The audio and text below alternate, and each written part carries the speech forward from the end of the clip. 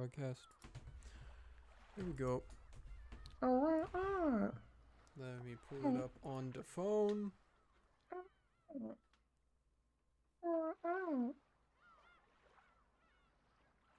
That's the sound of them. I was about to say, are you just gonna keep making that noise until we start? That's them. That's me, Umineko. Ahaha.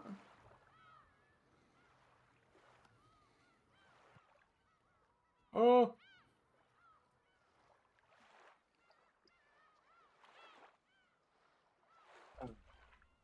Might turn that down on both ends just a little bit. Umineko. I don't know, I'm working on making like a 90s sitcom theme song for this. Ska? Yeah, on ska. Ska? Like the American's Funniest Home Videos theme song?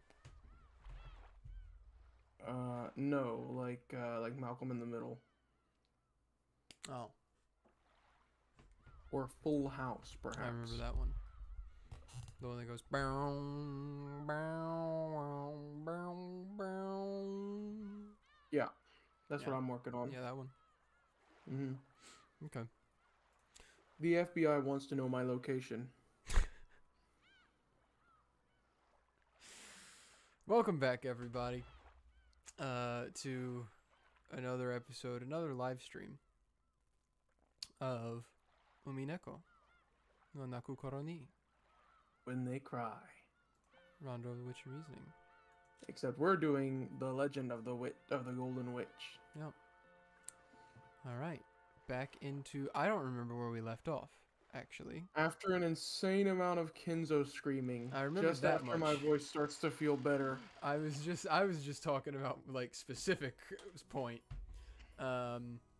Let's see. We had all the kids. Everyone's moved in. They're talking about grandfather not coming down for lunch. For lunch, yes. Yep. So we still have the dinner. Yep, we were getting on Jessica's case about her complaining about grandpa all the time. I remember him particularly saying that she is incompetent and uneducated. Maria, however, is obscene to the eye. Yes, Maria is in fact obscene to the eye. Rudolph only wants to chase women. Yeah. Ava is a slave to the coin or a slave to money. Kraus spends $2 to make one. Yep, it's all coming back to me now. All right. Yeah, just like Boomerang.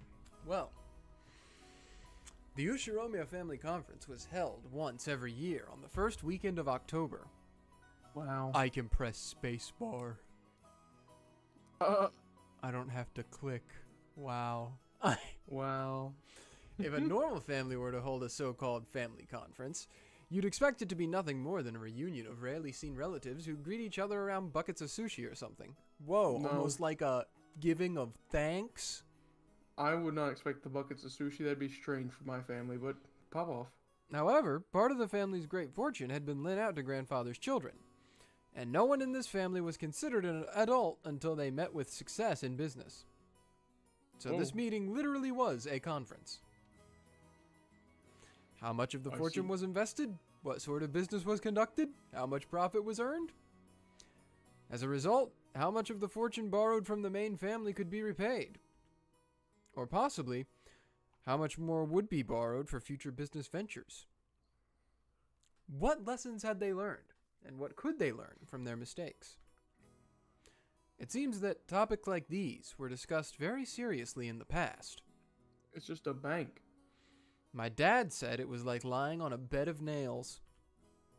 Apparently, it used to be a very serious family meeting where people were bathed in scornful and angry voices, and some people even got slapped despite their age. I wish I was bathed in angry voices. However, that had become a thing of the past. Now, with everyone pursuing their own business ventures and achieving success, it was becoming more of a normal yearly get-together. Even so, telling grandfather about the recent events was extremely stressful. So, while it was nothing more than a simple get-together for us grandchildren, it was still a real stomachache for our parents. The absence of the man who was the source of all this trouble, regardless of the reason, probably made today's lunch taste much more delicious. Oh.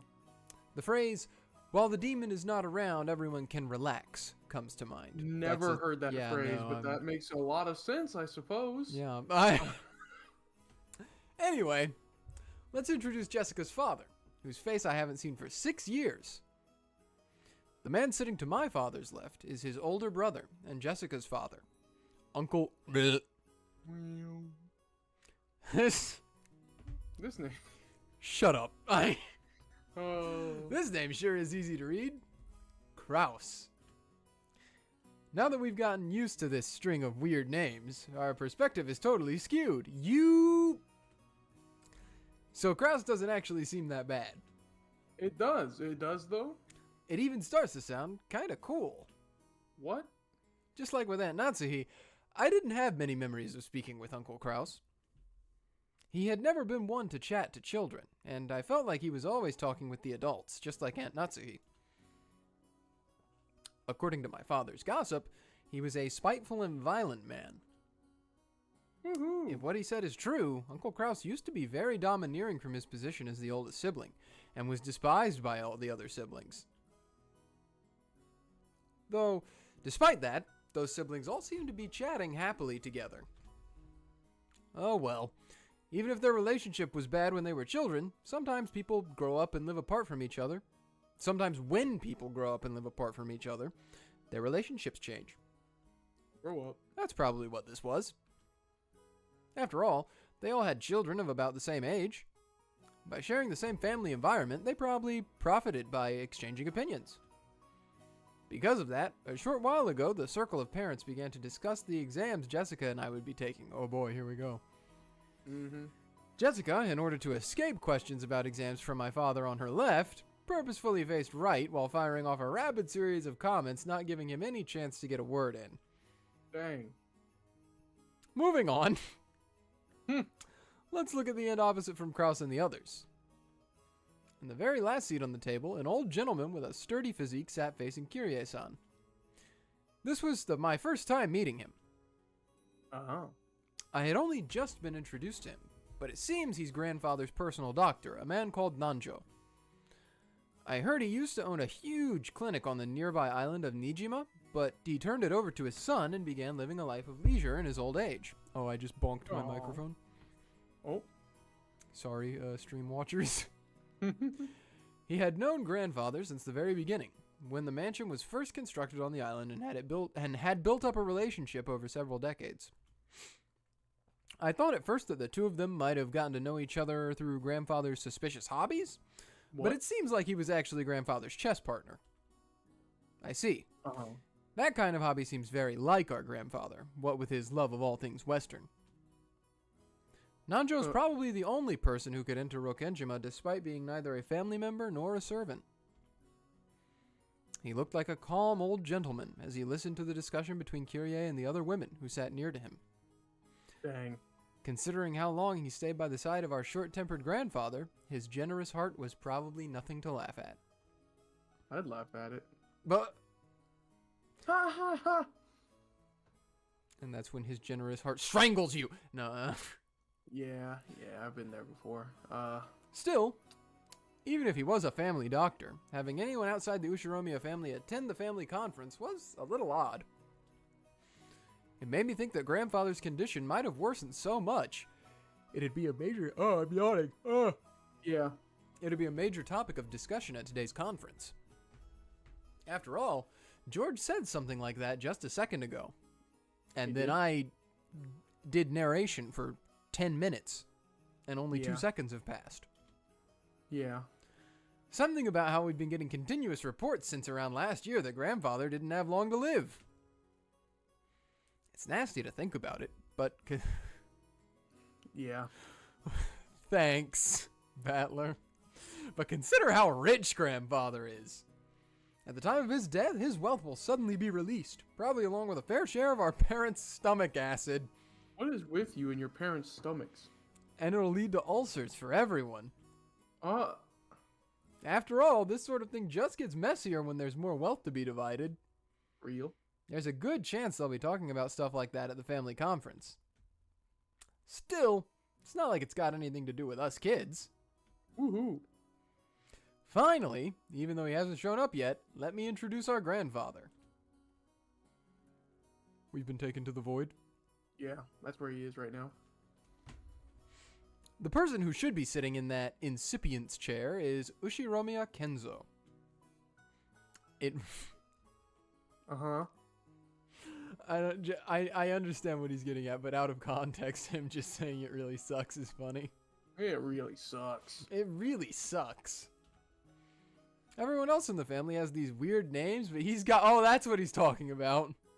He has small, smooth brain. That's all he cares about is names. Mm. If only his name were written Kinzo. But he let us call him Goldsmith or something. True. I'd totally freak out. Freak out. That... Battler, sick. You can. My name is Kinzo, but you can call me Goldsmith. Live Battler reaction. Yeah. As you can probably guess by now, he's a frightening person with an extremely short temper. I don't have to guess. Brother, Yeah. you don't know it, but we've been there. Mm-hmm. I'm one Yeah, of I his have. grandchildren, not a son, and I haven't seen him since elementary school. Thanks to that, I have no memory of being beaten myself. Oh. But our parents were apparently raised with an iron fist. That earlier conversation between my dad and Uncle Kraus, well, all about who should go convince grandfather to come down, seems pretty darn funny once you know their background. Yeah, that's so funny. That grandpa beat them when they were children, that's so funny. Oh, you're so funny, Battler. You can't really tell grandfather's story without covering that pivotal event back before the Showa era, 1926 to 1989. You're in it. You're in that era. Until the Meiji, 1868 to 1912, and Taisho, 1912 to 1926, eras, the Ushiromiyas family was great and prosperous. Dang, the Taisho emperor didn't last very long, did he? No, it wasn't a very good time for them, no. They owned several spinning mills, making them rich. They owned several spinning mills, making them rich enough just to double over laughing every day as the money kept rolling in. Incidentally, grandfather was a member of a branch family and had pretty much nothing to do with the main family. Mm-hmm. Not only was he way down on the list of people who could inherit the headship, but he had hardly any contact with the glamorous main family. Mm-hmm. Red. Oh. However, during the Great Kanto earthquake in the year Taisho 12, 1923, the mansion owned by the Ushiromiyas family on Odawara was flattened. Dang. The spinning mills in Tokyo were all burned down in a huge fire, and the Ushiromiyas family lost most of its wealth and family members in an instant. Hilarious. So once they started trying to figure out who the successor to the Ushiromiyas family should be, they apparently found no one remaining except Kinzo and his branch family. In Kinzo's later reminiscences, is that how you say that? Reminiscences, Yep. I think. Strange, but He referred to this as good fortune so great that it overturned fate. With that, grandfather's boring, everyday life did a 180. He was entrusted with reviving the dying Ushiromiyas family, which had lost nearly all of its wealth. However, just because he had been entrusted with this task didn't mean he could accomplish it. Apparently, those around him weren't really expecting much. Chessboard. Chessboard. However, this is when grandfather began displaying his extraordinary talent and good luck. Grandfather used all of the family's remaining wealth, as well as everything from the hair on his head to his toenails, as collateral in order to borrow a massive amount of money. He grows hair on his toenails? Yep. It's probably the tonic. Mm-hmm. Absinthe. Absinthe, yep. Once he built up a gigantic war chest, he immediately invested in businesses. You know, just businesses. Yeah. It was like someone tumbling down a hill on a bike without any brakes. And then jumping onto a neighboring bike and then another one. What? Just like some crazy street performance. Is that what you call investing? Considering that this happened in the 20s, there's a good chance that Ushiromiyas funded part of World War II. Almost assuredly. I'll bet everyone thought grandfather had no business ability whatsoever.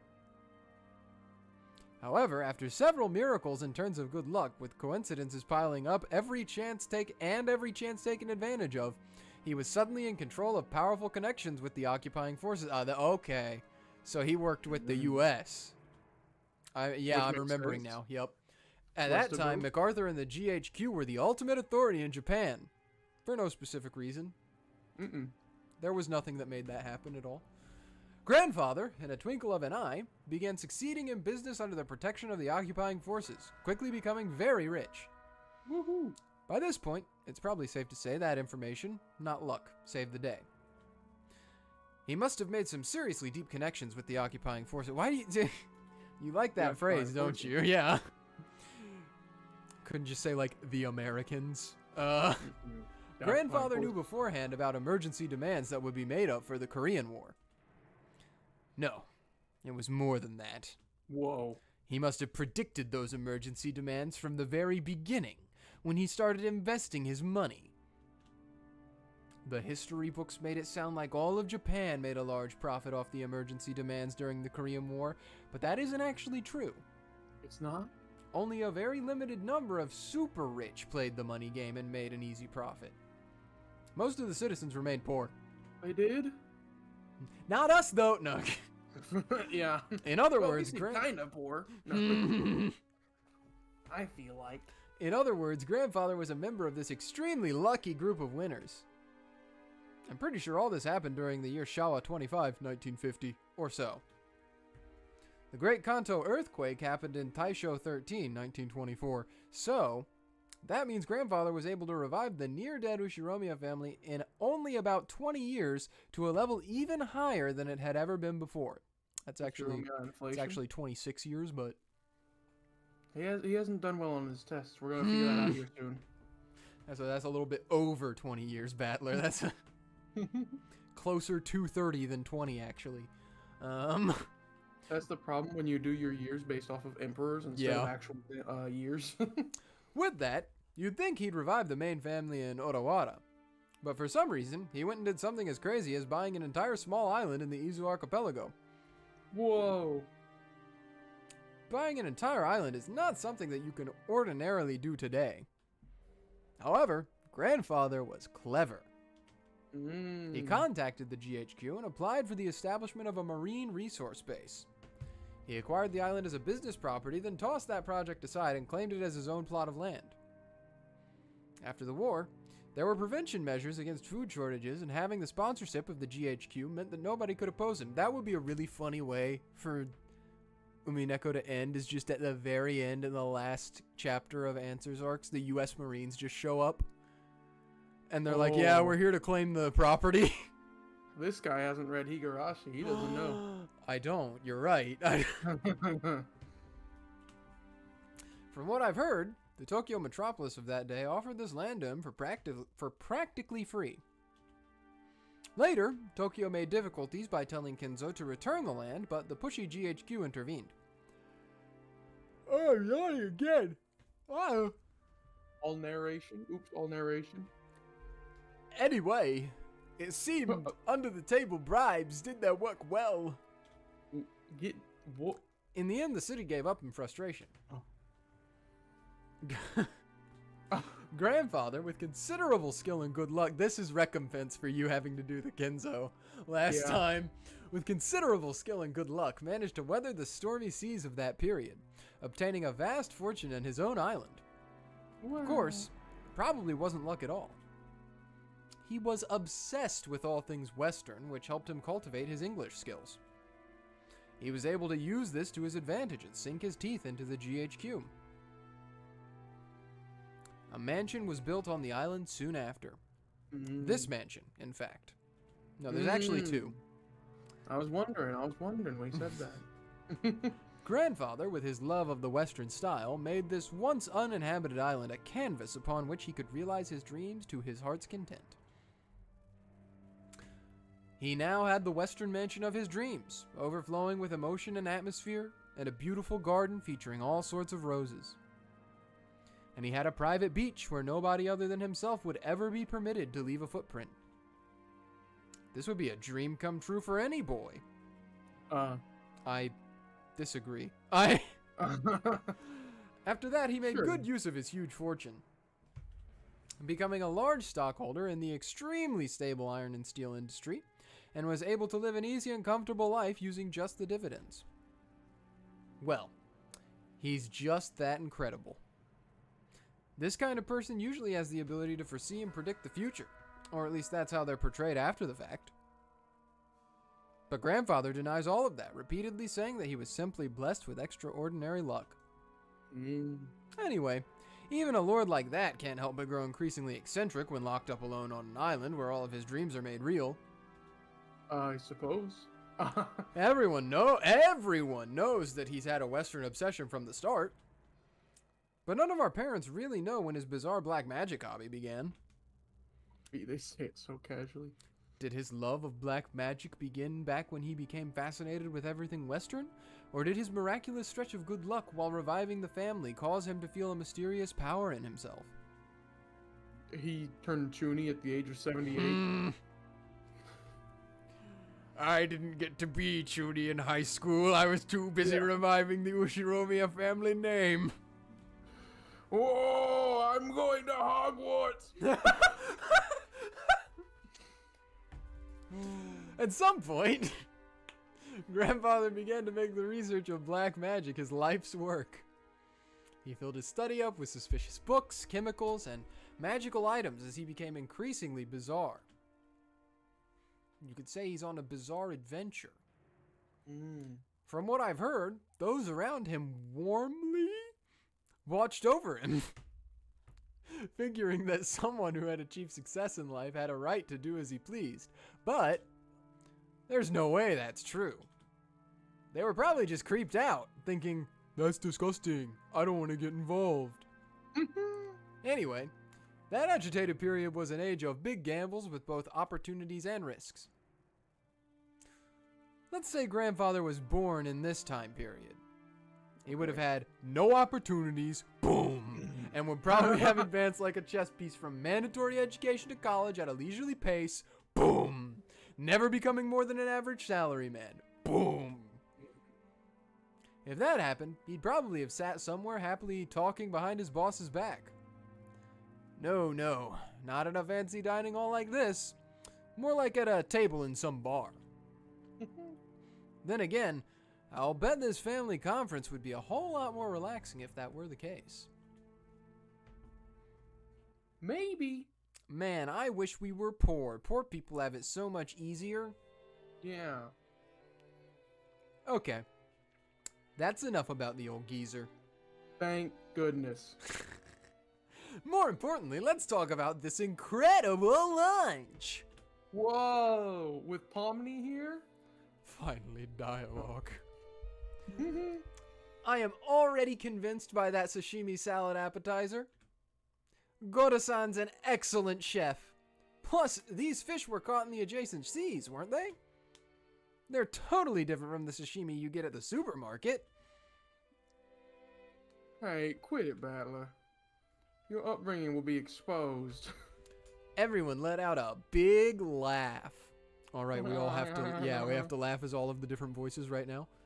That's what I just did. That's modulating. Damn it. You say that even though you love those cheap pubs. They have character. I've eaten at many unusual places because of work, but this stands right up there with the best of them. I'd be willing to bet Goro-san used to be pretty well known in those circles. Well, I don't know the details, but stuff got complicated at the long-standing hotel he used to work at. What with them opening a new establishment with the same name and breaking into factions or whatever it was. Like the Alfredo guy. The guy who made pasta Alfredo. That happened to him. Oh yeah, Chef Boyardee. No, his name's actually Alfredo. Oh, that makes more sense. In the middle of all that, he was apparently forced to retire. Oh wait, that's Jessica. In the middle of all that, he was apparently forced to retire. At that time, Mom just happened to be sending out job offers for a servant. As Go to remove the empty plates, he began to recount his own bumpy past without losing his smile. The world is a difficult place. However, Thanks to the madam, I was given a chance to display my skills as a chef once again, this time for the Ushiromiya family. Although I enjoy experiencing the smiles of a larger number of people, I also find it quite entertaining to perform more delicate work than can please the limited number of those who have employed me. That can please, sorry. It's 8 p.m. here. At lunchtime. All this is thanks to the opportunity given to me by the madam. Goda-san respectfully bowed his head towards Aunt Natsuhi. That's because you were the most talented of the applicants. The decision was purely objective, not based on personal feelings, so there is no need to thank me. Dang. Why does Aunt Natsuhi always have to sound so indifferent? Because if only she spoke with a bit more kindness, she might leave a different impression. You should smile more. I want her to talk like that to me. But, Shannon-chan and Kumasawa-san entered the room from the hallway with a serving cart. Oh gosh. Please excuse us. Now then, let us move to today's dessert. Goda-san and the others lunchtime. laid the beautifully adorned dessert out in front of us all. They get dessert with every meal, don't you know? They're rich. I guess it's true when they say you have to have another stomach for dessert. Hey, as they say in my family, dessert goes to your heart. Your family is wrong. I thought I'd already filled up on delicious food.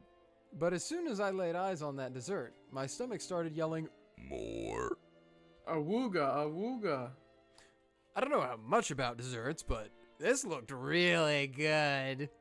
I'm just seeing like in my head, it's just a square with some sort of drizzle over top of it. Some really fancy, it weighs like 2 ounces. A white pudding-like substance was garnished with 2 shades of red sauce. I'm pretty close so far. And elegant rose petals adorned the dish. Normally, during a high-class meal like this, you're supposed to wait for the chef to extol the virtues of this particular meal before eating. However, Maria was completely indifferent to strict rules like that, so she got excited by this beautiful and delicious-looking dessert, jumping into the fray as soon as it was placed before her. Aunt Rosa scolded her, calling it bad manners, but George responded by saying, Oh, no, it's okay. Why is he saying this? I don't know. This part's sour. This part's sour. Battler, this one's no good. Yeah, Goda, Ooh! you suck. Maria exclaimed as she sampled the 2 colored sauces. Wait, some are good and some bad. Okay, I'll give it a go. Apparently, one sauce sweet and was sweet sour and the other sour. Goda invented sweet and sour sauce. It's no wonder that Kinzo is like, Battler's an idiot. Oh. Despite it being bad manners, I also stuck my little finger in and licked it. Whoa. Into what? One of the sauces was sour enough to make you pucker up. Uh-huh. Oh, the sauce, but still. If it were yellow, I'd have Yeah.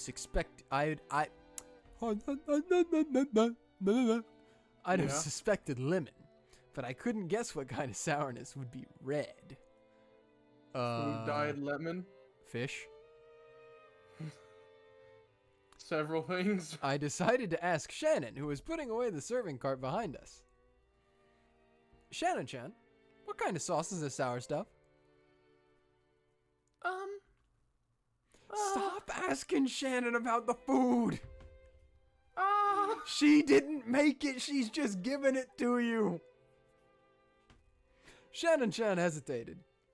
Maybe her job was just to set the table, so she doesn't really know. Yeah, you think?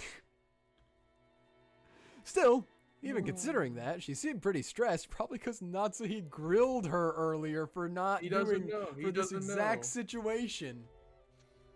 Maybe I shouldn't have asked. Yeah. Or did they use some ingredient that we'd be better off not knowing about? We used Kinzo's farts? Like, what would be so bad that they wouldn't tell you? While Aunt Natsuhi made a gesture that seemed to indicate an oncoming headache, Kumasawa-san, who was setting the table at the opposite seat, began to chuckle. Here we go. What do you think we made it out of? Oh, it'll shock you. I don't have a clue. Wait a sec. Kumasama-ba-san, that laugh's pretty creepy. So, what is it? Don't tell anyone, okay? Listen very carefully. Look at that face. That's me. Kumasawa-san leaned across from the other side of the table. I leaned forward myself when she asked. Their interest caught. Jessica, George Aniki, and of course Maria also put their ears closer. What? What? Quickly! Quickly! You see, the sour part is made from... juice squeezed from a mackerel! What? Mackerel? Doom. That's actually crazy. That's crazy. We all thought. Horrified. Only Maria accepted it, nodding sagely. Huh? Mackerels are sour. This is what comes out when you squeeze them. I don't know.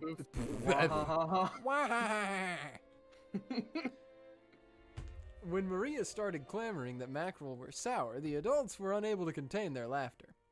Only Aunt Rosa, her face red, whispered to Maria that mackerel is sour only once prepared as shimesaba. Oh, stupid Maria, you didn't know mackerel are sour when they're prepared as shimesaba? Oh my gosh. You dumb 9-year-old child, how could you not know that already?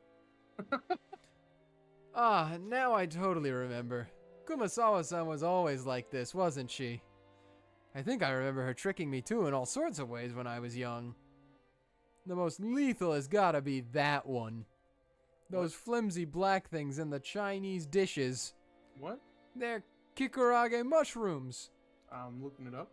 She told me they were penguin meat, and I went all around school like a smartass telling everyone, didn't I? Penguin meat? Kumasawa-ba-chan, you sure haven't changed. You know Maria's gonna believe it now, right? Oh, I'm looking at him. I can tell how she'd be able to trick someone into thinking it's penguin meat. That's hilarious, though. Ho ho ho, it's just a joke. Now, Goda-san's going to tell us what the sauce really is, won't he? Juice squeezed from a mackerel. No. Yeah, real. Goda looked a little bit put off about his masterpiece being laughed at, and for such a bizarre reason, he would. But after clearing his throat once, he introduced the dessert to us.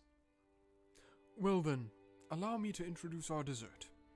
After seeing how much you all enjoyed the rose garden earlier today, I finished this panna cotta in a rose garden style. The rose petals scattered across were selected just now from that very rose garden. I want to punch him. The sauce is a combination of 2 reds, strawberry and rose hips. Rose hips? Please enjoy this mixture of the strawberry sweetness and the rose hips' sourness. I think it's like... I mean, I'm only guessing because I don't know the anatomy of flowers, but I would guess that's like where the petals meet the stem. It looks like it's completely different. It's called rose hip, but it's a very different thing. I'm looking to double check. You don't have to hold on, but okay. First off, panna cotta sucks. I've never had it, but it looks bad. It looks like bad flan. But anyway.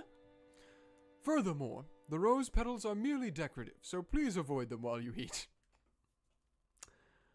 Oh, it says it's an accessory fruit. With that said, please, enjoy. Well, man, I almost want to applaud before eating. I don't, although you are rich and I'm not, so I guess that's where our opinions differ. Just makes him, I just think this entire presentation just makes him seem like an asshole. Yeah, it does, but... Okay, so it looks like they do in fact grow on them, but I have never seen them in my life. They look like a freaking turnip. Oh! That's why I'm like, I feel like I would have seen those and recognized them. Just like with medicine, reading the detailed description first seems to make it work a whole lot better. Oh my god, I burped. Oh, I did again. Oh my gosh, quit it, quit it. Sorry, I ate my panna cotta too fast.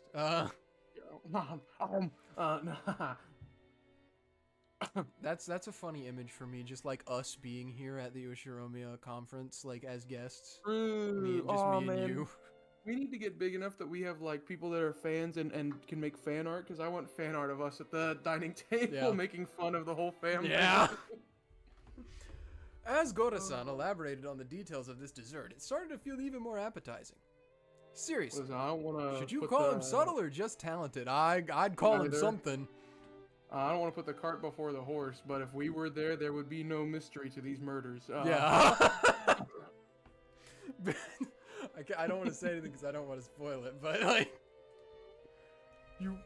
I was going to kill all of them. Why did you go? We hated them. Once we found out where the gun was, it was over.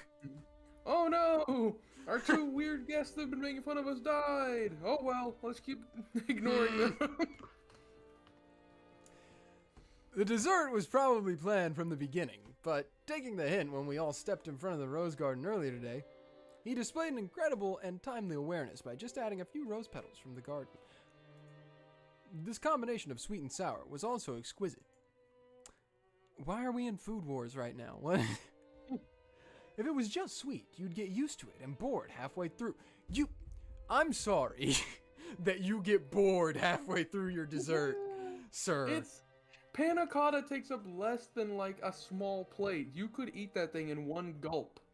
But if you reach the sour sauce at that point, you get a really vivid taste. How are you out here getting bored? And then, once you return to the sweet sauce, all of the sourness in your mouth will be replaced with an enjoyable sweetness. I'm sure everyone else felt the same way. Meanwhile, you got like Rosa being like, "Hi, Miss Maria's Lunchables." Yeah. Every time Goro-san passed by one of our seats, someone praised the taste and his presentation. How is it, madam? Can I eat more fucking food? Yeah, true. Splendid, as always. It is worthy of entertaining our guests. I am most grateful for your words. Madam, did you know? I have heard that rose hip has the ability to cure headaches. I thought that you in particular would appreciate it, so I had it specially prepared. Is that so? Thank you. See, didn't I tell you, Natsuhine-san? Ne-san, excuse me. Rosehip is great for headaches. So it seems. I do hope it actually helps. Ha! Not with me around! Real. Goro-san, I love you! Hey, later on, why don't you tell me how they're treating you? Or if you can't, just let me know what sort of salary you'd like. Having your talent confined to this small island is sacrilege to humanity's cooking culture. What'd you think about working your craft for my company and delighting all our customers?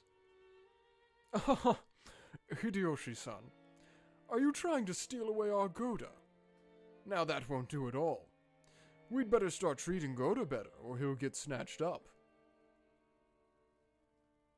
Giggle. Yes, you really should. If you don't, someone's gonna grab him, and you'll be stuck with 3 meals of Kumasawa-style mackerel cooking a day, won't you? No! Oh, that's harsh. It seems someone's holding a grudge against me. Wahahaha. Everyone let out a huge laugh. According to Jessica, Kumasawa-san's mackerel jokes were a running gag that our parents had long since gotten used to. What the? Kumasawa-san often claimed that mackerels had precious nutritional value, which could slow aging, make people smarter, and more. Supposedly, while it couldn't stop the outward signs of aging, it helped prevent aging on the inside. Since she was still spirited enough to tell these kinds of jokes at her age, there must be something to that theory. I just imagine if it's such a big inside joke for them that like they go like it's the equivalent of chicken butt, but for them. So they'll be like, "Hey Ava, guess what? Kumasawa's mackerel." Yeah. Anyway. In that case, if you'll excuse me, prepare yourself for tonight's dinner. I'll be cooking plenty of mackerel dishes for you all, so you'd better look forward to it. Wahahaha, we sure will. Can't wait to get all puckered up from tonight's shimisaba. Thanks, Rudolph. That sounds wonderful. I wonder if they'll be serving any good Japanese sake. Oh, we certainly will. Haven't you heard of Rokkenjima's famous mackerel shochu?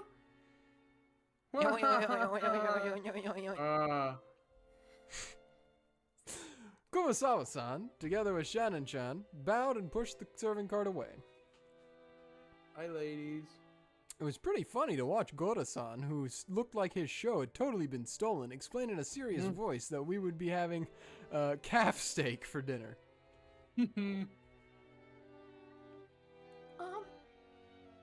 Kumasawa-san, thanks for doing that back there.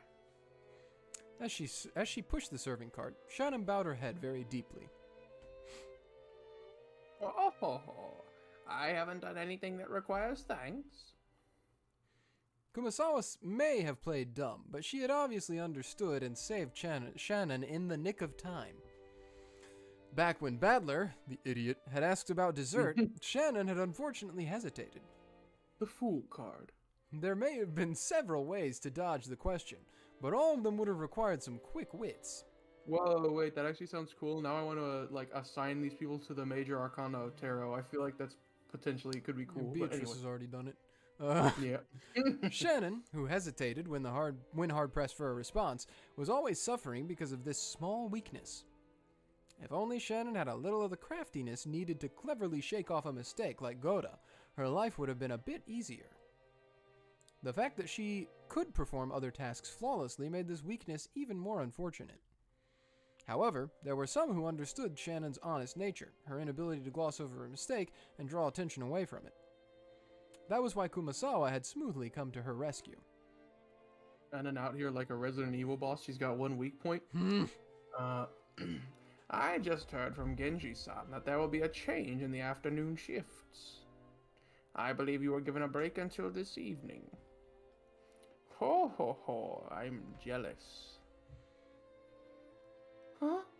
Oh, sorry, I haven't checked the shift chart yet. Ah, yes. I was thinking I might start cooking some mackerel in the oven. Kumasawa, we're not in there anymore. You can stop saying that. If you don't mind, I would be happy if you would help out a bit before your break. Yes. I would be delighted to help. To Shannon, Kumasawa was like a mother among the servants. Who else would be? Genji? Genji! Shannon, I was going to go cook some mackerel. I would be delighted if you would help me. Pepper spray? The dining hall needed to be cleaned up, so we were chased out. Instead, tea was being served in the parlor. So they really had to get up, go to the next room over, and sit down. Rich people. Yeah. Apparently, they'd prepared the black tea that Aunt Rosa had brought for Aunt Natsuki. Well, that's nice. Maria said she also wanted to have some black tea, but my old bastard said she couldn't and told us children to go play outside. It's just tea. No, but it's black tea. Oh. Bantler-kun, why don't we all go for a walk outside?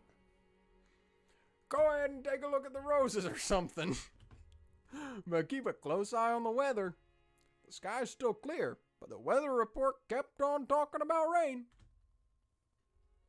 Ooh, I want to go to the beach. The beach. Oh, that sounds wonderful. Playing on a sandy beach isn't something you get to do often, is it? Good point. Okay, let's all go to the beach then. Ooh, let's go! Maria, be careful not to get your clothes wet. Or your shoes. Ooh, won't get wet. That obedience is so cute. Battler-kun, make sure you keep an eye out for Maria-chan, okay? Sure, leave it to me. Oh, hey, you're pretty obedient and cute yourself, listening to Kyrie like that. Why don't you also listen to me obediently for a change? Because you call me obedient and cute when I do it. Ha! Hell no. Let's go, everyone. Come on. That's it. That's it. The children flew out of the parlor. They were replaced by Genji, who pushed a serving cart in and prepared to serve the tea. Oh, are we going to get the first big... I think this is the first big adult I think we're starting there. argument scene. But I know that they said that like the children went out very quickly, or they said they flew. I just imagine they actually flew with rich people things. Come on, everyone. Anyway. The parlor was filled with a sublime aroma, Sublime. which delighted everyone while they waited to sate their thirst.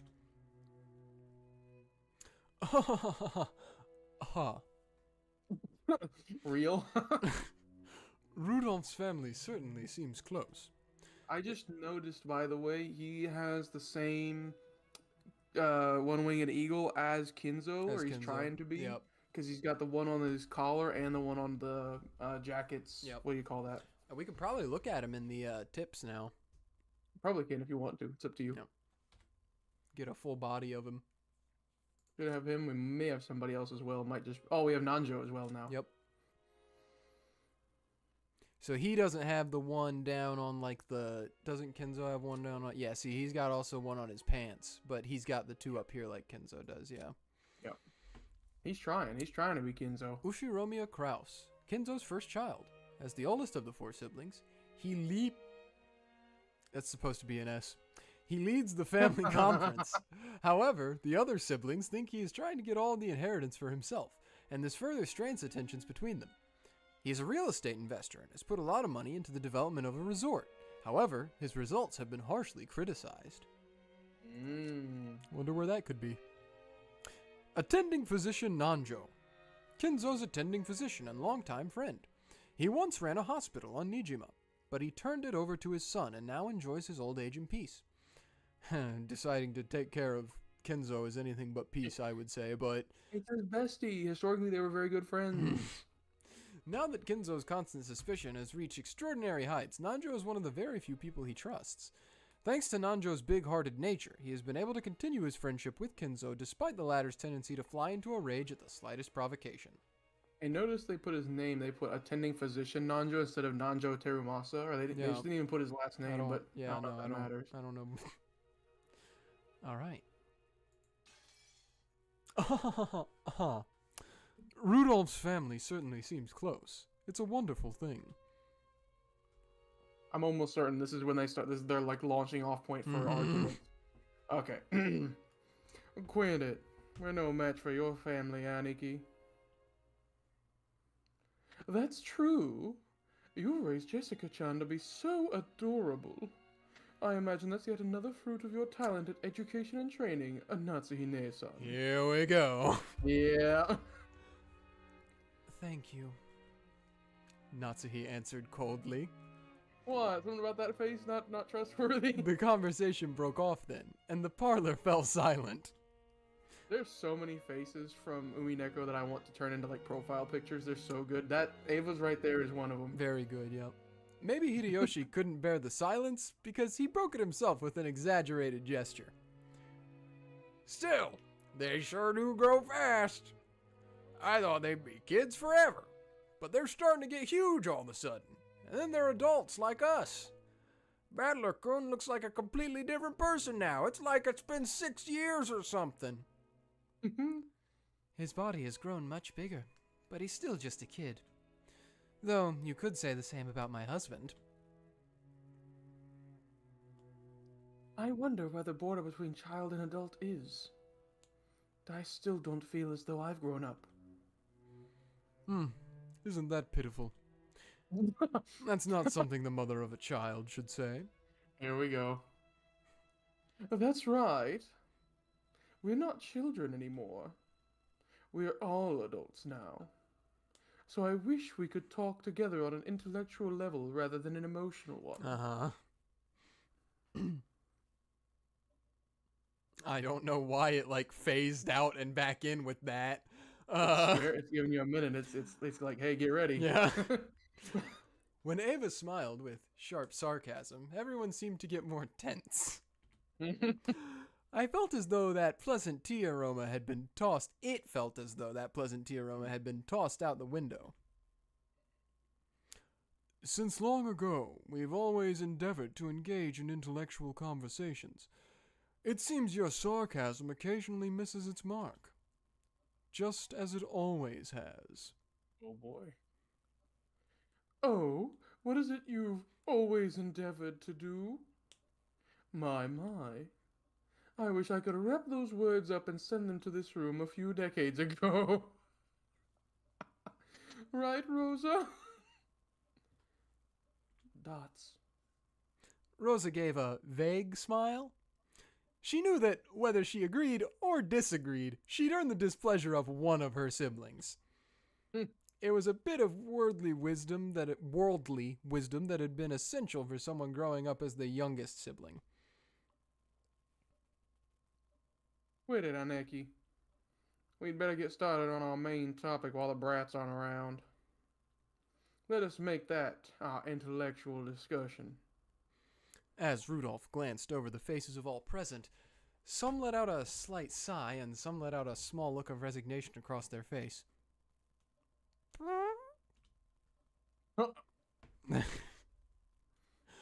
They were approaching their unavoidable, true agenda. Agenda. Last year, it's doing the creepy music now. What's it called? At Death's Door, I think. I don't know.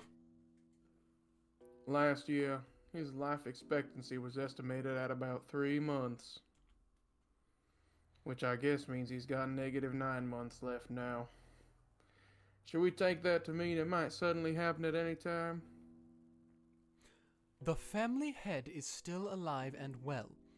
The fact that you'd bring up such an inappropriate topic under the light of day makes me doubt your sanity, Rudolph-san. Dang. Still, Nazi-san, this is the sort of thing you can't put off until after something happens. He's still healthy now, which makes this the perfect time to talk about this, while we've still got time to plan. It's just a bit of financial etiquette, you might say. It seems father is the focus of everyone's concern. Dr. Nanjo, could we hear the details from you? That appears to be what everyone else is waiting for, after all. Nanjo, who had been standing by the window and staring out at the rose garden, let out a single cough when he realized that he was being called. This is at Death's Door. Dr. Nanjo, how is father's condition? Well, to begin, allow me to start with a revision, since my estimate last year that he had only 3 months left to live was not borne out. No need to explain. You're saying that measuring remaining life is only a prediction, not a promise, right? That is correct. Because of that, while I will accept everyone's repeated questions, I can by no means confirm when he will pass away. A human's life is supported by their body and their mind. If the body is weak, the situation becomes more dangerous. But if the mind is strong enough to compensate for that weakness, the effects of one's condition can sometimes remain in a subdued state. So you're saying that even if his body is weak, his mind is still firm and spirited? Yeah. Kyrie, sorry, but please stay quiet for a bit. I'm sorry. Dang. That is correct. Kinzo-san's body is being overwhelmed by the demon of ill health. This will hold especially true as long as he continues to partake of such strong alcohol. So he's in a crisis now because he drinks? And maybe he's lived this long because he drinks. There's Dad for you, the heavy drinker. Well then, Doctor, I know you can't give anything more than a prediction. But what do you think about Father's chances of living until this day next year? That's quite a rude question to ask about the family head. Natsuhi jumped on Eva, not even bothering to hide her astonished expression. Eva stared back daringly, but Hideyoshi realized what was going on and tried to smooth things over with a forced smile. Not again. Yep. Natsuhi-san, forgive her. Eva, choose your words a bit more carefully, okay?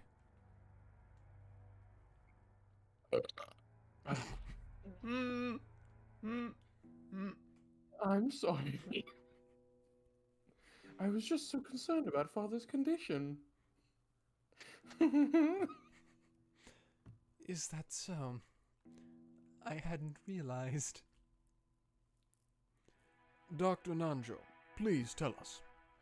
For the sake of the beautiful love of a daughter worried about her father's lifespan. Cross laughed sarcastically, and Eva, smiling sweetly, returned an identical chuckle. They're like evil rich people.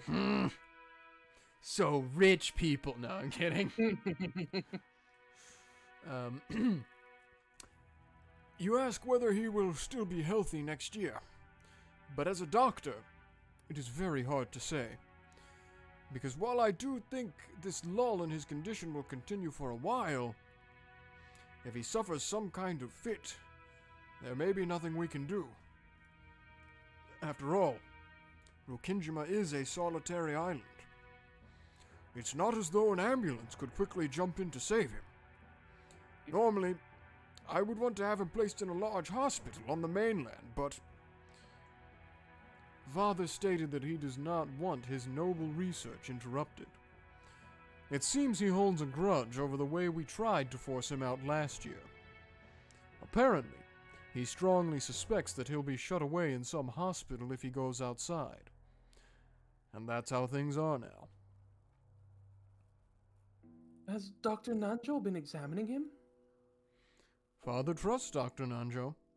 It seems he can be examined when in one of his better moods.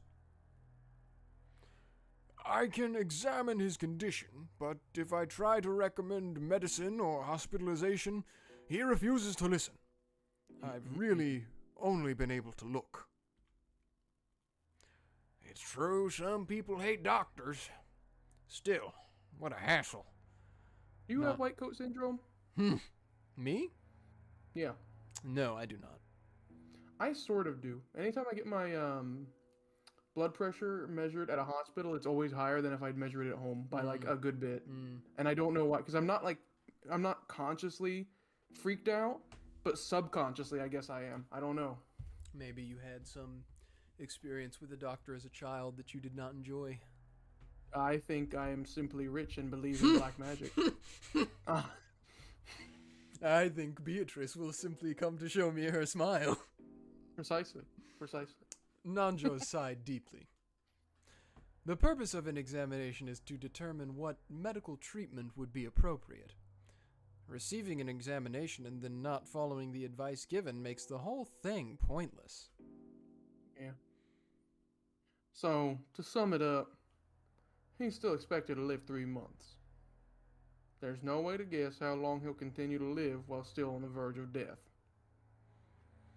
Rudolph-san, couldn't you be a little more discreet with your words? Sorry. I've always talked this way. Give me a break. I understand how Dr. Nanjo sees it. What about you, Kraus-Nisan? To be perfectly honest, I have to disagree with Dr. Nanjo. I find it truly difficult to think of Father as a person so sick that he only has 3 months to live. His Yell is as healthy as ever, and I still get chills at the thought of his fists raining down on me. Pushing the care of your father solely on the shoulders of the eldest sibling is far from fair. Ha ha ha. In the next world, get born after me. Okay, let's get back on track. So, in the opinion of our impartial and neutral doctor, it wouldn't be hard for him to go any time. No offense to you, Aniki, but I'd rather trust the opinion of an expert in this field. Which means it's definitely not too early to start talking about Dad's assets. Yep, there we go. Here it is.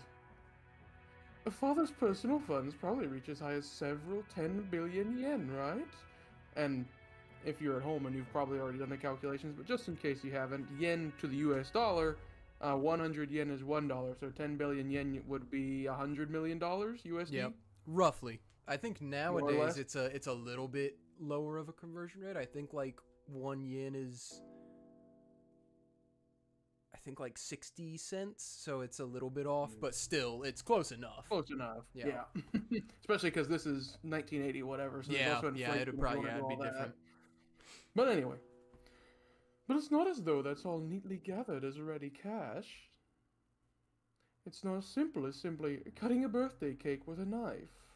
Golly, she couldn't be any harsher with it. That's an interesting way to put it. That's right. You sometimes get strawberries or chocolates on top of the cake, making it hard to cleanly cut into equal parts.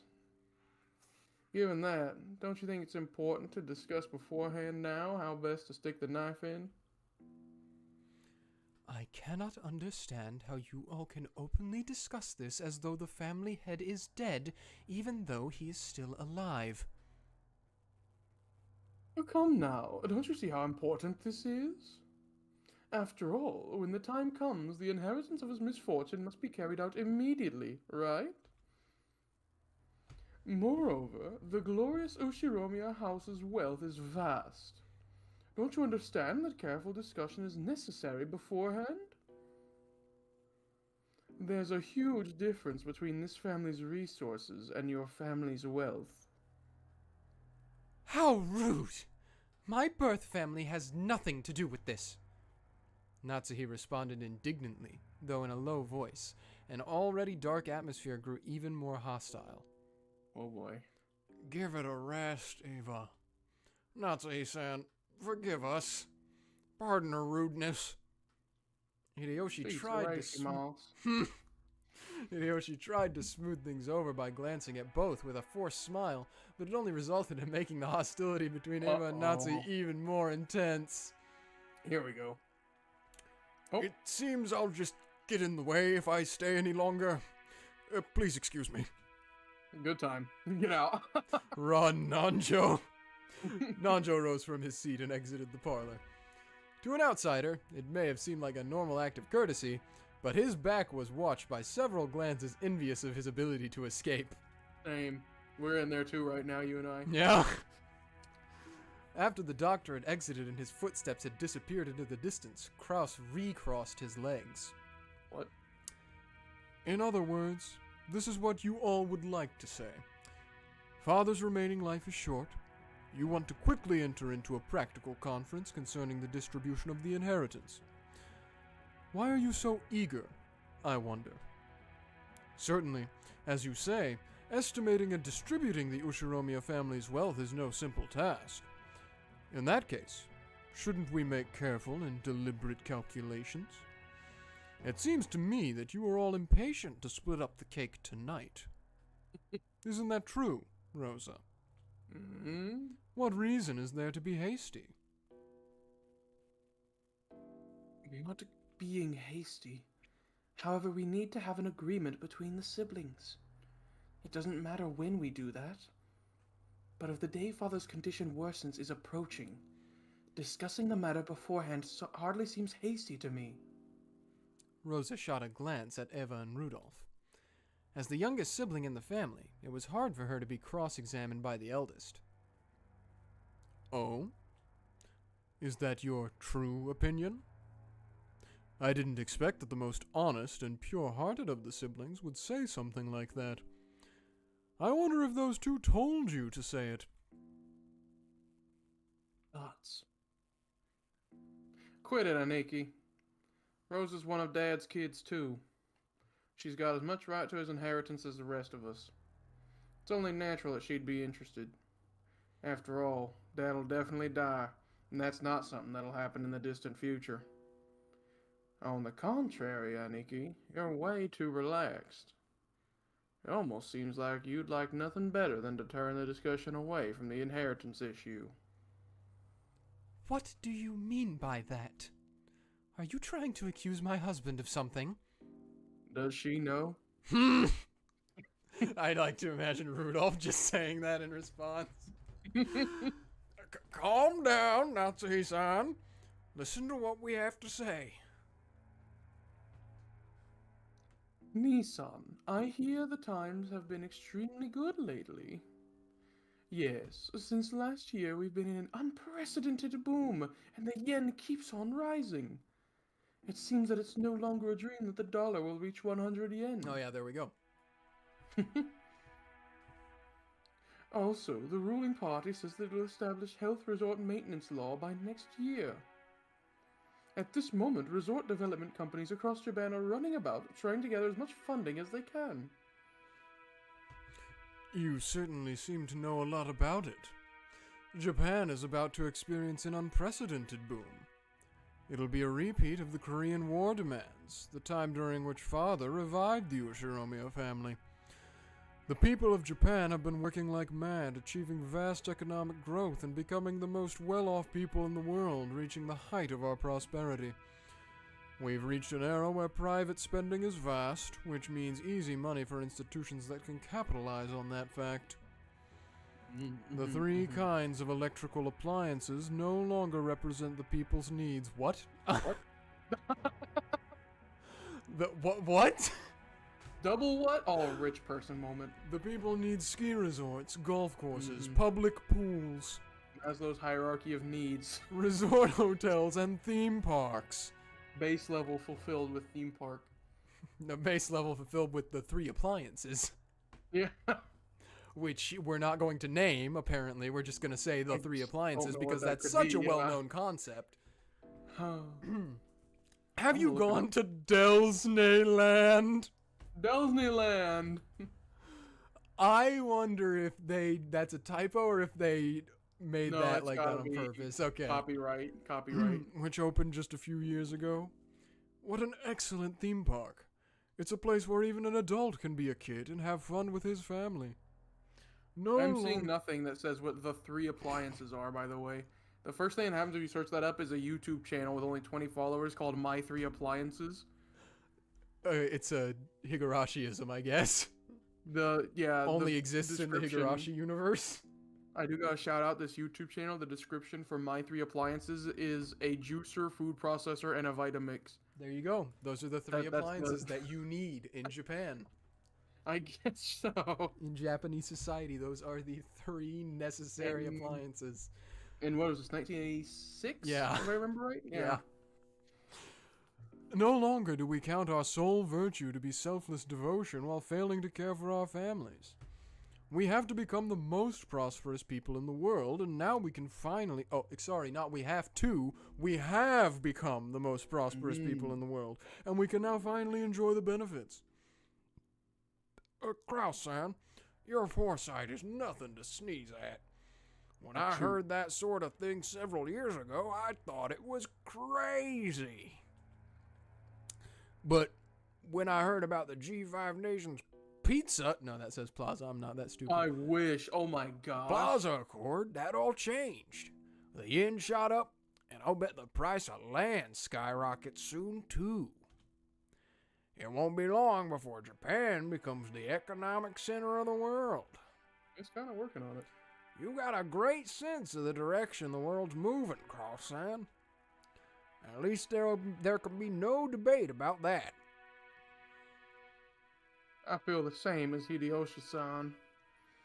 Aniki, you can read into the next decade of history. I bet you got that keen sense from Dad. It's incredible.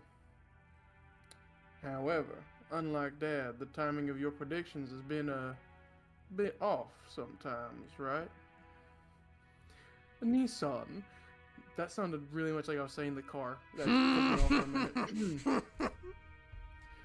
You've been starting resort projects everywhere, convinced that Japan must soon see a boom, but almost all of them continue to fail. While I'm sure that the era you predicted will soon arrive, it seems you misread the timing of that boom. True. 3 to 4 decades too early, Kraus. I don't know. When I think of like Japan, I'm not like woohoo resort. I'm like woohoo Tokyo. Yeah, that's what all I'm the saying, is they're getting to it districts. now. Oh, now they're getting them. Yeah.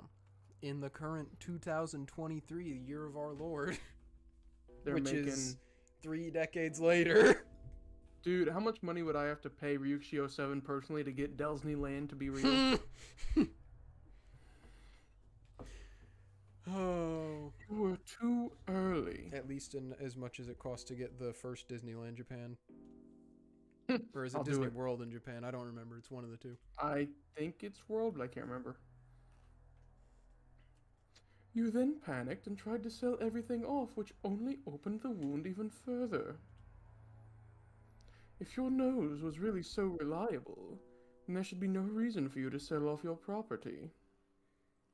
Is this proof that you mistrust your own ability? How rude.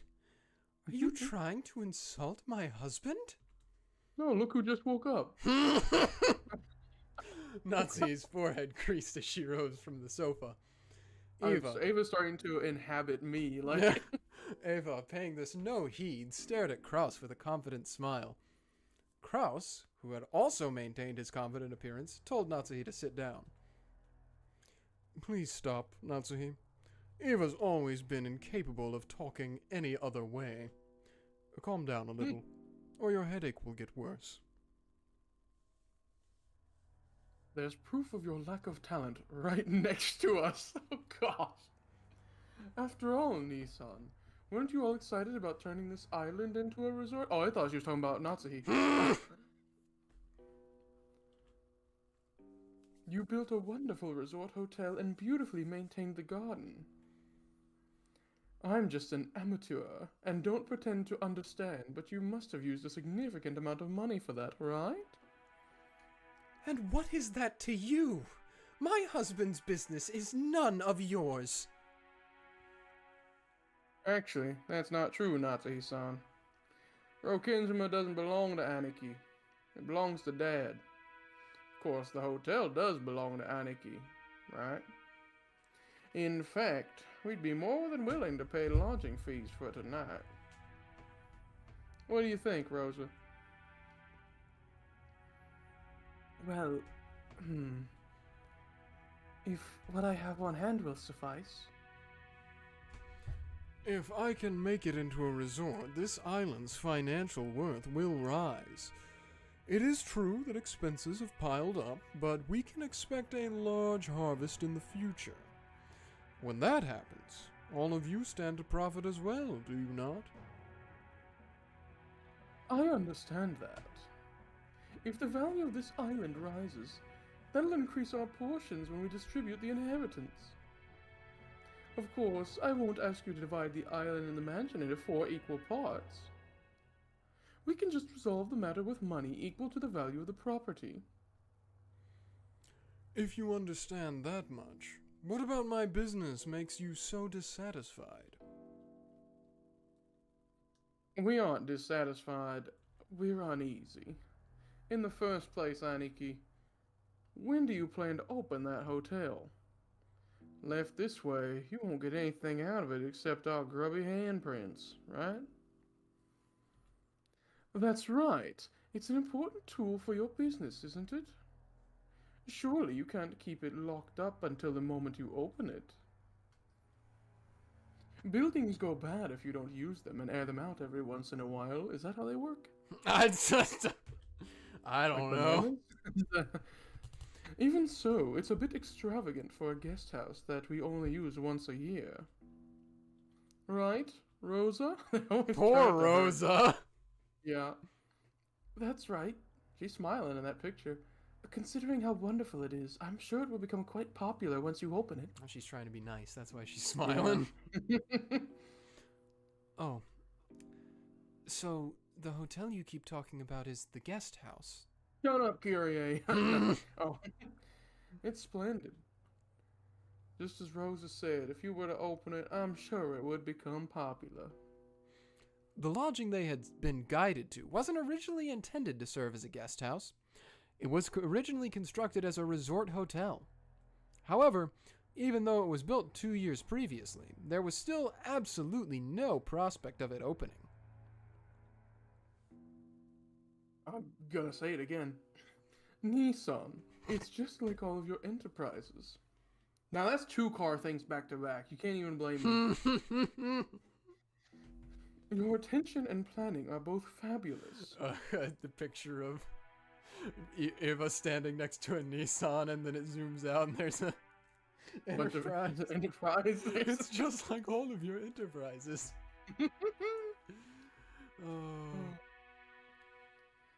Then it always becomes unmaintainable. For some reason, that threw my brain through a loop seeing that word. Partway through, and ends before you have a chance to earn any profit. You were brilliant when you saw that using this island only as a place to live was a waste.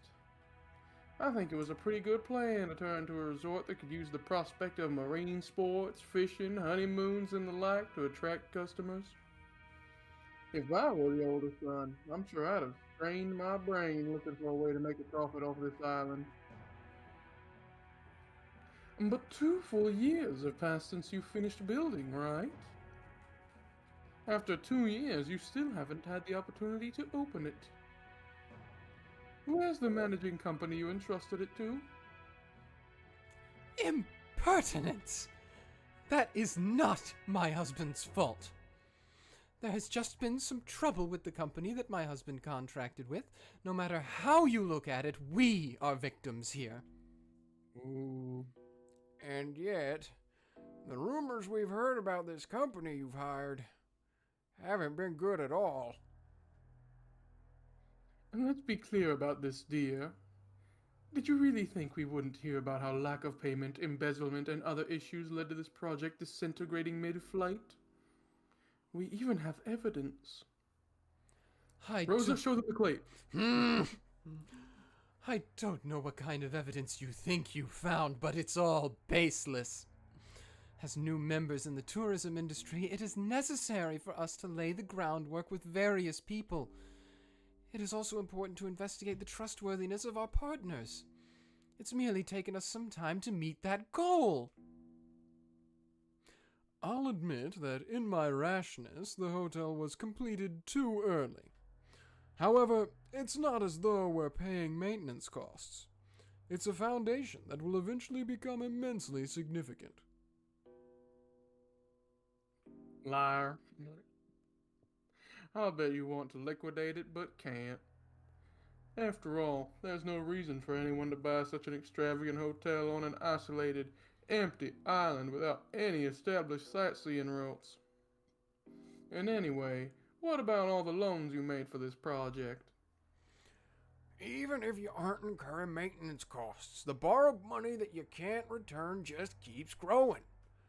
Sorry, Crouch Nissan, but I've investigated the development plan for this island a bit. To be honest, I haven't heard anything good either. Hideyoshi-san, I can see how you might be left with that impression by looking only at the current financial situation. However, this is a forward-looking investment. I have no choice but to admit that my prediction was mistaken, and that up until now, several liabilities have been created. However, the times have finally caught up with me. I will soon regain everything that I have lost up to this point. No, actually, all of the investments I have made until now will finally return to my possession. That's right. Just like throwing money away, or throwing away a small fry, which then becomes a salmon, they will come back even bigger than before.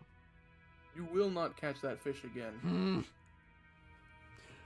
I'll accept that. The resort business will probably see an unprecedented boom before long, though I don't know if it'll be enough to cover all your debt.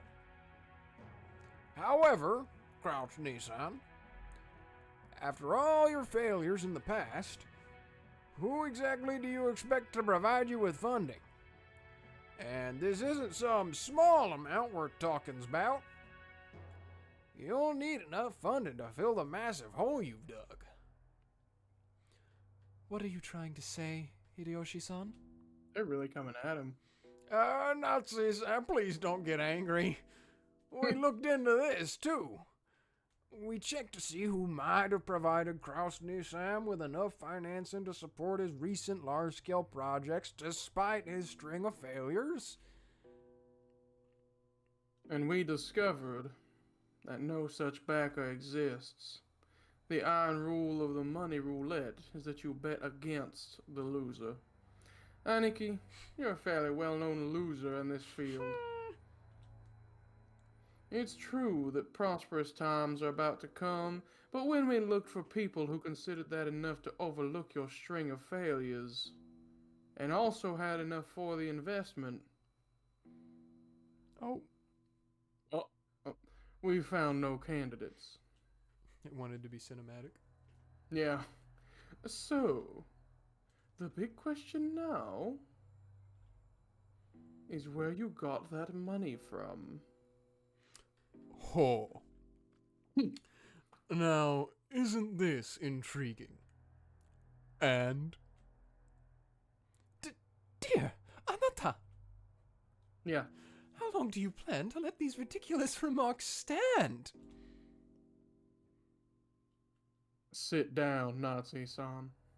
Let's cut to the point. Aniki, you've been diverting Dad's private funds for your own businesses. There's pretty much no room for doubt. If you think we've made some kind of mistake, please feel free to explain. Rudolph, don't call it diverting funds. This is embezzlement. Plain and simple. A huge crime that can be criminally prosecuted. This sort of rudeness cannot be tolerated. How can you face the successor to the Ushiromiyas head family and level these absurd accusations? They aren't absurd. They're right on the mark. I'm sure I had a stroke. I'm sure he'd like to somehow make his business succeed and recover his losses. But his debt keeps getting bigger. Honestly, we've been doing pretty good up to this point, so... True. He's just trying to cover up the failure of one gamble by making an even bigger one. It's only natural that he'd try to grab any source of funding close at hand. Let me be frank. Well, I'm frank. Nissan, what you're doing is embezzlement. Why do I feel like this could somehow also apply to Nissan? You're betraying father. You know that we'll have the court settle this after it's all over, right? Do you think that kind of person has any right to call themselves the successor to the Ushiromiyas head family? Of all the... You dared to claim he has betrayed the family head? You no longer have the right to straddle the threshold of the glorious Ushiromiya family. Leave this place at once. Now! Okay. Get out! Natsuhi, who had already reached the limits of her anger, shouted at Eva in a rage. No one's gonna move. She then pointed alternatively at Eva in the hallway, demanding that she leave. Eva took out a folding fan and fanned herself with it, glaring maliciously at Natsuhi as though silently daring her to repeat what she said. However, her mouth was still smiling, curved in the shape of a crescent moon. Oh, is this one? I think this is one of the iconic shots. Is it? Oh, In let's that see. unpleasant silence, Rosa gulped. Hey, Natsuhine-san? To whom do you think you are speaking in such a tone? I'm speaking to the exceedingly rude sister of my husband. As the person in charge of the main family's kitchen, I cannot overlook any more of this. In charge of the kitchen? Yeah.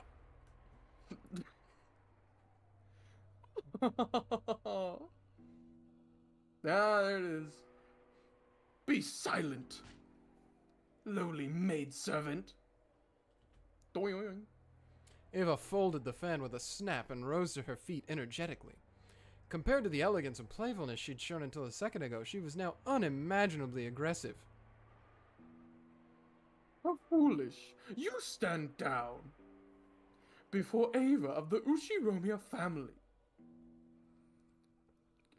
You tell me to stand down? Me, Ushiromiyas Eva, the third ranked in the Ushiromiyas family hierarchy and the one allowed to sit at the left shoulder of the head? Know your place, and then look at your shabby self in a mirror. Where is the symbol of the wing on your clothes? Where are you permitted to wear the one-winged eagle? Aren't you nothing more than a borrowed womb to house the next successor to the Ushiromiyas family? Oof. Understand your place, you common housemaid. Eva's face twisted hideously as her words gouged into Natsuhi's heart like talons wrenching at it. There were 100 ways Natsuhi wanted to respond. However, her anger and sorrow crushed her throat, and none of those words managed to make it to her mouth. Her anger had nowhere to go, and became a single hot tear that slowly dripped down. There it is. Yep. What's wrong? If you have something to say, please do so. Come on. Eva faced her with a provocative gaze. However, Natsuhi could do nothing but tremble, her clenched fists quivering.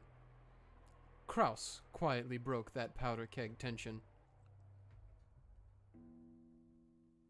Doom. Natsuhi, leave your seat. You should go cool your head. What? Natsuhi, resenting the fact that her husband had not come to her aid, shifted the focus of her attack. Dear, don't you understand what they're saying about you? New song started playing. These people are baselessly calling you a traitor to father. They're making light of the fact that we protect the glory of the Ushiromiyas family, even though we are constantly expending every effort to earn that glory from father. They trample all of that underfoot with their hateful rambling, and you don't even try to fight back? Why? I'm only standing up for us because you won't. But you've been putting the entire burden on me for some time now. And now you go and tell me to cool my head? It's always me! Even though I have always considered this family's affairs so seriously, you've... Bye. Natsuhi was already unable to hide her tears. She flew from the room in that state. After that, all that remained was a somewhat embarrassed mood about the parlor. I would treat her so much better. I think anyone would. Yeah. When the sound of footsteps grew distant and silence returned, Kraus shrugged his shoulders slightly. Ooh. Women. I apologize for my wife. She has always been bad at controlling her emotions. It's been... Ooh, you. Ooh. It's even should been we do a rough tier for list? me.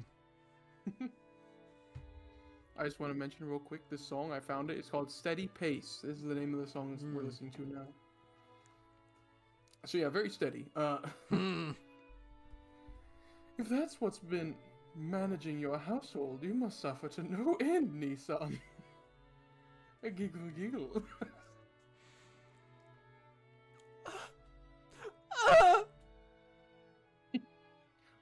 Madam. It's nothing. Leave me be. Natsuhi flew into her room and threw herself onto her bed, lamenting. Those heart-wrenching sobs reached Kumasawa in the hallway. Poor Madam Natsuhi. There's a deep enmity between her and Eva-sama. Kumasawa's doing the thing again. She's giving us all the background info. Yep. I noticed there's not even any quotation marks around her. But anyway. She's real. Yeah, or something. Explaining their relationship would be very trying for me as a woman.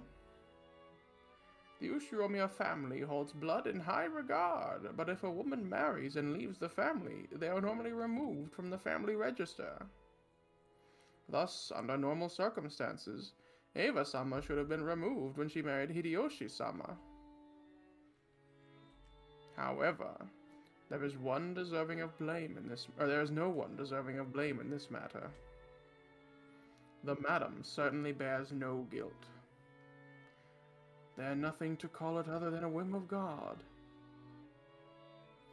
Kraus-sama and Natsuhi-sama were not blessed with children for some time. After all, this is the male-dominant Ushiromiya family. A wife is merely a tool to create an heir.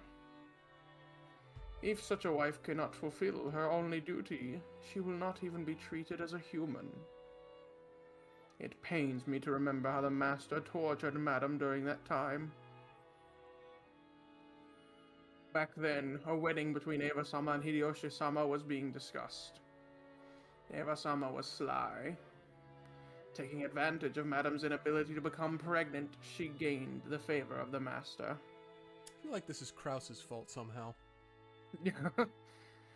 She inspired him to allow her to marry and give birth to a successor herself, making sure to avoid transferring her name out of the Ushiromiya register. There was a vast difference in the Ushiromiyas hierarchy between Madam, who married into the Ushiromiyas family and was treated like an outsider, and Eva-sama, who was related to the family by blood and whose husband took on the Ushiromiyas name. Furthermore, Eva-sama actually gave birth first, and to a boy. As for how much weaker Madam's position was than Eva-sama's, well, I believe you could see for yourself. She is like talking to us, what the heck? I'm sure Madam is tormented by the thought that if only she had gotten pregnant earlier, the master wouldn't have accepted Eva-sama's request to keep her last name after marriage. And Eva-sama wouldn't have been permitted to act as arrogantly as she did today. However, that was not Madam's fault. All of the blame lies with God's whims and the stork that delivered Jessica late. Even so, Madam won't allow herself to see things this way. She probably can't help but cry bitter tears as a woman at her inability to carry out the duties expected of a wife. Ah, how sad. I cannot do anything except watch over her from the shadows. Doink. And back to the... Oh, okay. There we go. And that's another part done. Woo. So probably going to cut to the happy fun times with the sibling or the cousins now. Probably, yeah. If I remember correctly. I'm waiting for the happy song to play. Takes a while, too. Ba-dum-ba-ba-bum-ba-da-ba-dum. Kumasal? Oh, was she there for a minute? I was looking away. There for like 1 second. Didn't say anything, though. Creepy. We crossed the hall again on our way to the entrance. As we did, we once again spotted that witch's portrait. However, spotted is probably not the best word to describe that experience. It was more like our eyes were inexorably drawn to it. That woman's eyes, with their sage-like glamour, definitely had the power to make those who view it stand rooted to the spot. So this is the witch, Beatrice. Wonder if that story's true. I think this is Hope. Battler doesn't believe? Back when he had asked what this picture was, the first person to tell him had been Maria. This is not Battler. This is not Battler narrating right now. Therefore, when Battler showed signs of doubt, Maria must have felt that Battler didn't have faith in her. That's the thing, and you should probably, you yourself will need to pay attention to that and figure out who is narrating at what points, because it will change who's narrating. Of course, that wasn't what Battler meant. Maria ran up to the portrait and began banging on a plate hanging below it. Dang. Maybe the title of the portrait was written there. Maria, trying to prove that she wasn't lying, obstinately continued to hit the plate. Sorry about that. It's not like I doubt anything you said, Maria. Oh, Battler believes. Oh. When he patted Maria's head and apologized, she seemed to accept it, sticking out her chest and proudly oohing. Huh? Yeah, really, we were just listening to Hope? Oh, now we're not. Whoa. What's this? My beloved witch Beatrice. Behold the sweet fish river. What's with this weird, huge epitaph? The plate did have the title of the portrait written on it, but it was much too big to contain only that. Beneath the title was what appeared to be a long epitaph. If you just skimmed over it, several unnerving words would jump out at you. Incredible, isn't it? Grandfather had that made. Pretty deep, huh? Oh, I know. It's the place where the gold's hidden. Wait, is that story about the Ushiromiyas family's hidden gold? Now, there's another thing I remember from long ago. Hold on, Aniki, is this for real? I can't figure out what song we're listening to now. I'm trying, but... Grandfather had this made, but he never said anything about this picture or the epitaph. Even so, amongst the family, it is often whispered that it indicates the location of Grandfather's hidden gold, and that he will relinquish the inheritance and the gold to the person who solves the riddle. 42. Ooh! Real. I heard that too!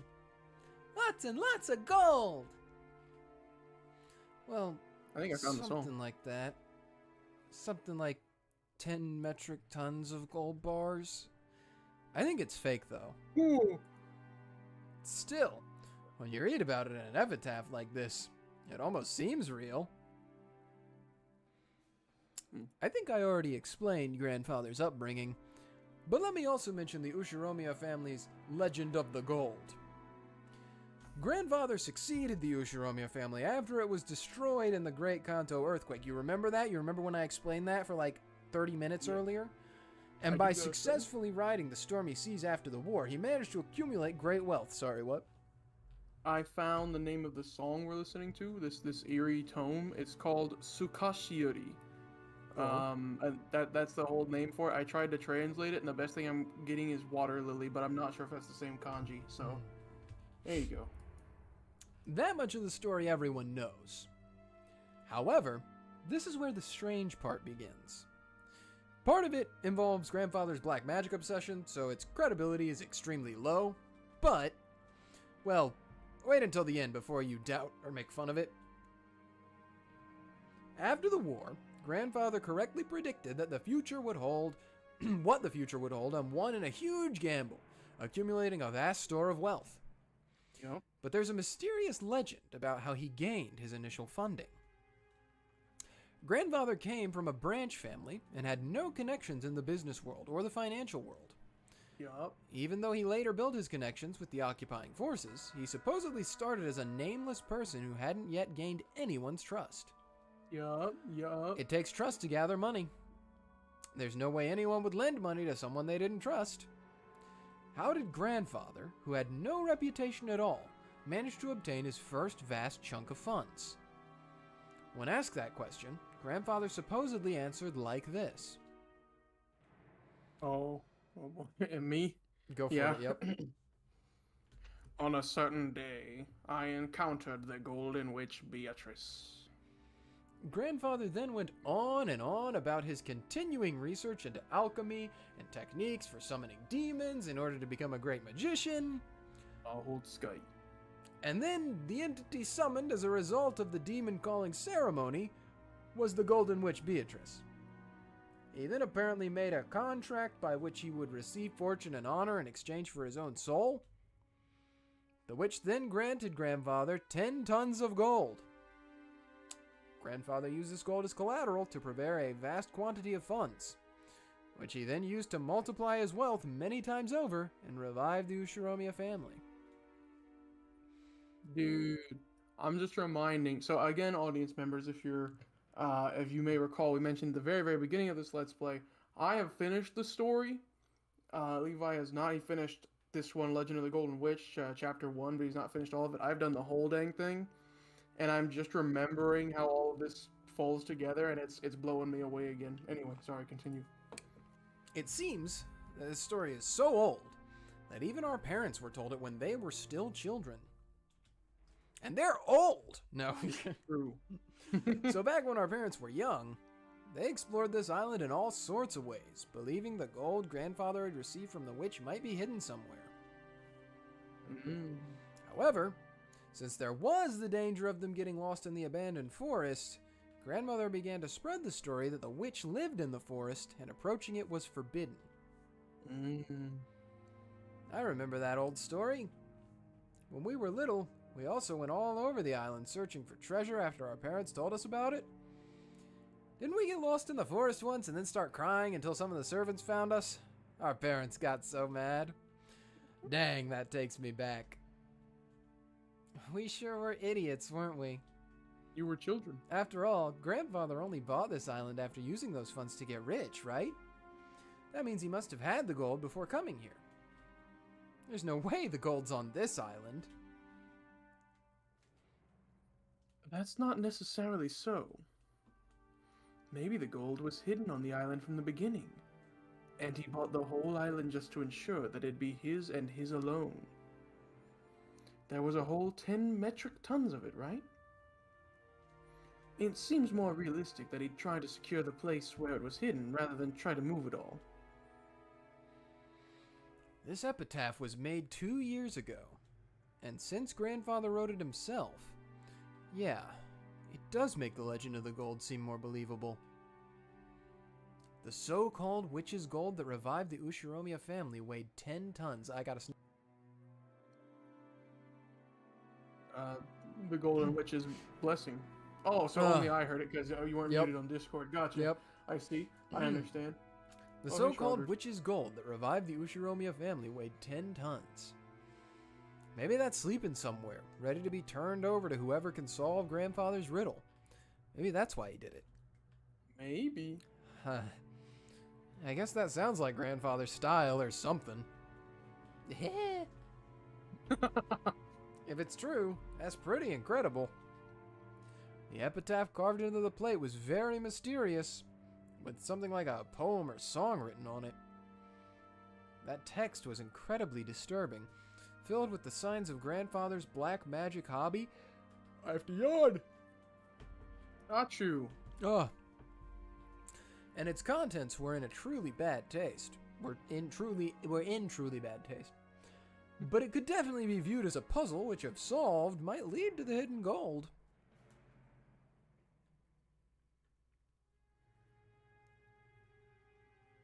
Ooh, are we playing this game? Whether that's what he intended or not, I can't even imagine what his true motive might have been. All we know for sure is that grandfather put this shady epitaph here so that everyone in the family could see it. We also know that he's hinted at the existence of the gold without ever talking about where it might be hidden, at least so far. These facts then were embellished by the imaginations of our parents, who were convinced that grandfather was challenging us to a battle of wits. Sounds just like my dad. So greedy that he'd take something like this so seriously. He may laugh at grandfather's black magic obsession, but he'd still believe this story about the hidden gold. It just sounds so good. Well, why'd you make that sound, Jessica? No. It's certainly not a realistic story. At that time, when grandfather was still nameless and had no connections, there was no way anyone would just lend him a massive quantity of gold bars for free. If such a person actually did exist, it's not unthinkable that grandfather would call such a sponsor a witch. Yeah, but it's 10 tons. 10 tons! Ooh. If you cash that in, how much would it come to? I mean, it'd have to be a ridiculous amount, right? Let me get out my calculator. It certainly would be a ridiculous amount. They say that the total amount of gold mined by humankind since the dawn of history is 100,000 metric tons at most. Why does he know this? George moment. I know. That 1/10,000th of all of the gold humankind has obtained throughout history should belong to just one person is just insane. On top of that, this witch supposedly had all that gold collected in one place and was able to lend it to grandfather just like that. Just like that. We're not talking about any ordinary person. Well, to me, that 10 tons number seems pretty fishy. After all, no one's actually seen it except grandfather, right? Even if we assume that some generous witch existed and lent him some gold, maybe it was closer to 10 kilograms than 10 tons. Even 10 kilograms would be a pretty incredible sum, right? Ooh, 10 kilograms of gold is how much? Maria, who wasn't following the story and felt like she was being spoken to in riddles, finally found a place where she could ask us a question. It was a question I also wanted answered right then. Whether it was 10 kilograms or 10 tons, it still felt like a huge amount, but I had no idea exactly how huge. George Aniki folded his arms and tried to remember the market price of gold. How do you know that's what he did? Well, even the value of gold is affected by the market, and the value of physical gold can change depending on its purity and the trustworthiness of the foundry. You'd also need to pay handling fees to cash it in.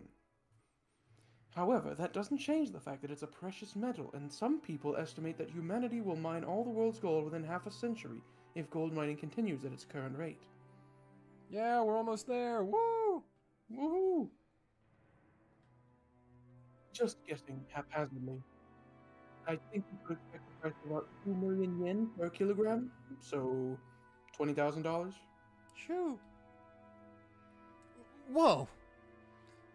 Just now I randomly said 10 kilograms since it sounded smaller, but even that would be worth 20 million yen, wouldn't it? Oh, if it's 20 million, that would be $200,000. Yeah, that's for all 10 kilograms. So Oh. 1 kilogram is 20,000, but all 10 kilograms would be 200,000. But then 10 tons. I weigh 28 kilograms. Thanks, Maria. Which means if we had Maria-chan's weight in gold, we could estimate it's worth at over 50 million yen. That's just unbelievable. How much would 10 tons be then? 10 kilograms is 20 million yen, which if you multiply by 1,000, so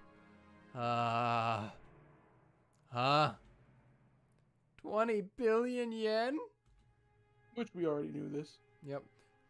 What the hell? How much is 20 billion yen actually worth? About $200 million. We can only measure it relative to our own pocketbooks. Anyway, let's say that a person's wages over a lifetime are about 200 million yen. You grow up and work like crazy, sacrificing your life for your company, and you're finally free as you approach old age. Everything, including retirement money, might add up to about 200 million yen. In other words, that's the amount of money that'll be made throughout a human's life. No, you could even call it the value of a life. What are you doing? So 100 times that sum is an unbelievable amount of money. If you work from age 20 to age 60, that's 40 years of work. So it's equal to 4,000 years of work wages. If you worked every day starting from the Jomon period, you'd only reach that number about now. Is 20 billion yen a lot? Heck yeah, it's a lot. Maria, you love shortcake, right? You could buy more shortcake than you could possibly eat for the rest of your life. I'm imagining this is where George interjects and does the math for how many shortcakes would be that many in. However, while that might be possible with 20 billion yen in cash, I don't think it'd be very realistic to have that much in gold bars all in one place. Just as I said, gold is extremely heavy, so it isn't exactly convenient as a method of storing wealth. Sure, you could imagine someone gathering their fortune together as incredibly high-value stocks or precious gems. You often hear of people who traded their wealth for precious gems so that they could carry it around with them during the chaotic times of the war. But you don't usually hear stories of people exchanging their wealth for gold. It may be heavy, but it's the most trusted and stable form of wealth internationally, so maybe that was important. Post gold standard moment. Actually not, though. We did that, the US did that in the 70s, so I don't know what they're on. We got rid of the gold standard during Nixon. For example, bonds are just scraps of paper if the whole country goes under. You can also look at it that way. But even one 10-kilogram ingot is pretty heavy to carry around. Haven't you heard? A 50-kilogram person can't carry a 50-kilogram bag over their shoulder. Who is saying this? Yeah, yeah, what? Who? Why are you saying that like it's a well-known saying? You're After dumb. he said, haven't you heard? I thought of two things. I thought he was going to say that 10 kilograms of gold is heavier than 10 kilograms of feathers. The second thing I thought he was going to say was, haven't you heard? Jet fuel can't melt gold bars. Both would have been more reasonable than what he ended up saying. Yep. With that many gold bars, the amount of labor and risk for one person would be hard to calculate. So, what you're saying is, while it'd be one thing for you to have a stack of banknotes worth 20 billion yen, 20 billion yen in gold would be such a big mountain that'd practically be kind of pointless. That's right. Although the legend of the gold does have a pretty interesting ring to it, just the part about the 10 tons of gold makes it pretty much impossible. If you think about it logically like that, it sounds obviously fake. Huh. Kind of brings you back down to reality. Beatrice being like, shut your logical up, George. Anyway, that's grandfather for you. Curse of the Golden Witch. True. And maybe he exaggerated the story of how some kind, wealthy person gave him a loan by saying he got 10 tons of gold from a witch. Even the number 10 tons feels pretty symbolic. 10 tons. 10. He 10 made the tons. 10 comics, which got him his wealth. 10 ton, Tectone, Genshin Impact. This video is sponsored by Genshin Impact. No, it's not. No. I wish it was. I don't even know if they can sponsor well, I mean, I guess they could sponsor live streams, but anyway. You mean like as gratitude for the money he borrowed was worth 10 tons of gold or something? Shut your goofy Maybe some rich man's leisured wife generously granted it to grandfather. And maybe he started calling this person a witch. This is a good point though in the story. Oh, yep, see they're throwing us back at the painting. Because throughout this whole thing, you can ask yourself the question of how much of it is real and how much of it is fake. And of course, chapter 1 is all about, it's trying to make you see it from the logical standpoint, but is it mystical? And this is the argument for all the people, which if you're watching at home, take this in mind as well, but start to ask yourself the question, do you believe in this tale of the witch? Levi, do you believe in it? Or do you agree with the cousins right now and thinking it can't be true?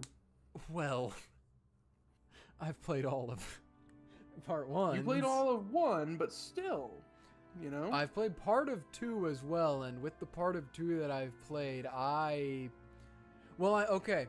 Also, before I even played it for the first time, I was playing this, and the entire time I was like, I felt like because they were trying to push it so hard that there was a logical explanation to me, I was like, well, clearly there isn't.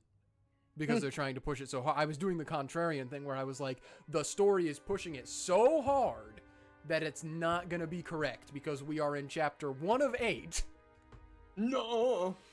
So yeah, I believe in the mystical side of it. Well, we'll see as the story continues to develop. And you, audience, you as well, begin to keep asking yourself, is it real? Is it not? Your thing might change as you go throughout. But anyway. Solka. Jessica's example isn't bad. Someone who generously lent a huge sum of money to grandfather when he still had no reputation might as well be called a witch. Furthermore, grandfather actually did use that money to build a vast amount of wealth later on. The fact that this person was so great at judging people might also justify calling her a witch. Also, Since she went to the trouble of lending all that money, she might have enthusiastically overseen how it was spent. The decision to unexpectedly get involved with the occupying forces and profit from the Korean War demands might have been inspired by the witch herself. Those Japanese seeing a foreign American woman who knows how to invest money immediately calling her a witch. True. Real. They're not? That might explain why he claimed to have received both wealth and honor from her. I see. So in other words, this witch lent grandfather the funds necessary to... You just went in a giant circle just to say that, didn't you, bud? That is... We've been saying this sentence that you just said several times in different ways over the last 5 minutes. This witch lent grandfather the funds necessary to revive the Ushiromiyas family, and he owed her big time. And then, he felt so grateful that he had that huge painting drawn and displayed. Yeah, it's not that crazy a story. It's even possible this person was an old granny who looked like a witch. Maybe grandfather idolized her, and that's why he had her drawn to look so beautiful. Huh. I bet if we ever did meet this person, she wouldn't be nearly this pretty. That's possible. The name Beatrice sounds pretty Western, and if you think about how everyone in our family has Western names, maybe even the name Beatrice is the result of grandfather trying to rearrange some Japanese person's name to make it sound Western. I don't see it. Neither do I, yeah. Again, see, it's stuff like that when I played through the first time, I was like, you're jumping through a lot of hoops to try to get this to be logical. I get it. That means this pretty girl doesn't exist outside the picture. Yes, that means I won't be able to... Say it. I had forgotten it had been an entire stream without a mention of fondling. I guess that means I won't be able to rub those elegant breasts. In the first place, isn't having a witch pretty bizarre by itself? Like, you could find something like that anywhere on Earth. Oh, wait, I read that in the wrong tone. Like, you could find something like that anywhere on Earth. I laughed and made fun of the witch, trying to distinguish myself from the kid I was 6 years ago who feared the witch of the forest. When Maria tugged on my sleeve. I was gonna say, let's turn to see what Maria thinks. I could tell by how hard she was pulling that she was a bit upset. What is it, Maria? Beatrice exists! Maria stared up at me. She had on her usual sour look, but I could tell she was angry by the color of her eyes. What? Witches exist! Witches exist! The color of her eyes? I'm still on that. Well, sure, they do exist. If you turn on the TV and watch anime or something. Bad choice of words. Exist! Witches exist! Every Maria line is just peaked microphone. It's gone. They're... I started getting impatient, not knowing why Maria was jumping on me like this. Then Jessica tapped me on the shoulder and whispered, "Dumbass, you're smashing a kid's dream. Maria really believes things like witches and Beatrice exist." Why is she standing on the stairs? Why are these two specifically on the stairs and he's not? Oh. Okay. Come to think of it, Maria-chan, in social studies at your school, when you were asked to write what you wanted to be when you grew up, you wrote a witch, didn't you? Dang. Maria nodded seriously. Tears started to form in the corner of her eye. Oh, run. No, they're not forming. Yeah. They're going from the corners Just of like her Kinzo. eyes. I see. To a girl who wants to become a witch in the future, the existence of Beatrice was proof that witches do exist in this world. Yeah, you're just now getting that, bud? Battler is an imbecile. And was therefore an image that she yearned after and admired. Exist! Exist! Witches exist! Sonzai shinai. But Battler doesn't believe. Oh.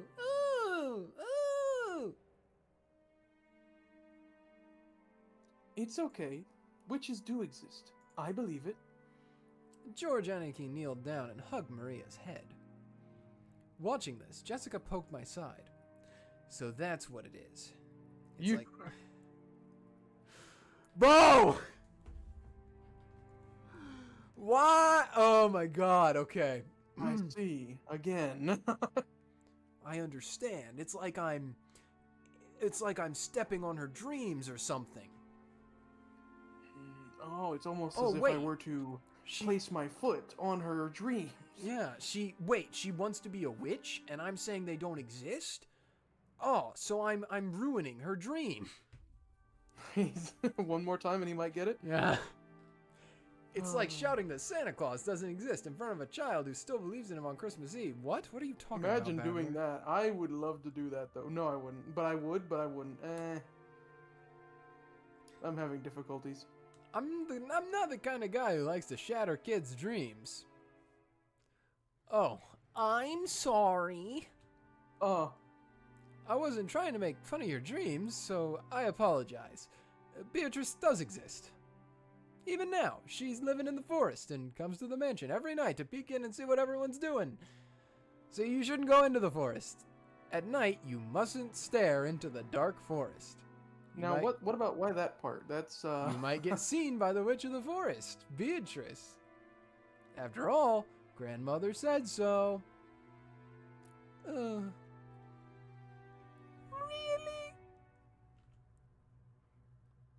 Battler really believes? Yep, I believe. Sorry for doubting it. Come on, let's make up. I stuck out my hand. Maria grabbed it with her tiny hand, and we made up.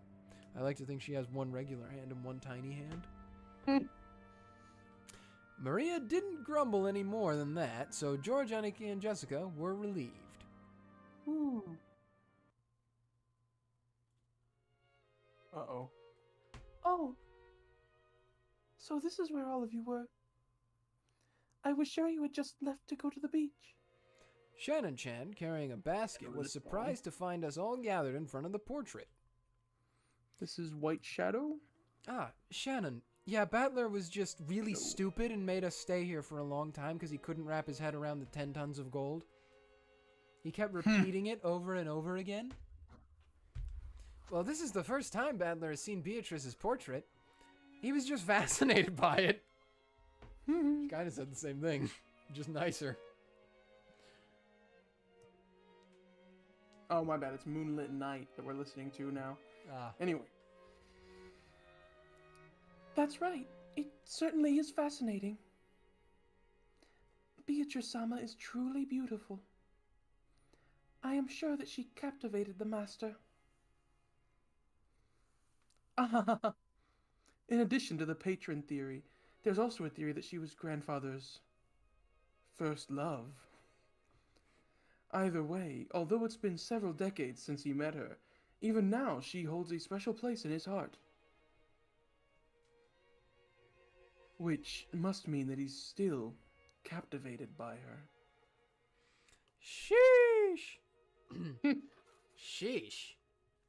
That must have made grandmother pretty jealous, huh? I'm not really sure, but that might actually be true. Apparently, grandmother believed he was cheating on her with some blonde. Well, now. Good smell! Thanks. Good smell coming from Shannon! What? Maria, sniffing, approached the basket Shannon-chan was holding with interest. After hearing that, I noticed a fragrant scent with a touch of vanilla. I apologize. I was told by Kumasawa-san to bring them to everyone. Mackerel cookies. Yes. What is it, I wonder? Oh, excellent. Cookies. I hate. Exquisite. Oh, yeah. I do hope we'll splendiferous, get to see thank you. karaoke today. Oh. Ooh, wanna eat cookies? Wanna eat cookies? Ooh. You will get some. Calm down. Please, eat as much as you would like. But Would it be appropriate to serve cookies in a place like this in front of the portrait? What's she gonna do, stop you? Shannon-chan sent a glance that seemed to ask what we wanted to do about it. I think you should turn it around. Well, yeah. Guess eating here would be bad manners, generally speaking. Maria, why don't we eat someplace else? Let's put the cookies in a bento and have a picnic. Ooh!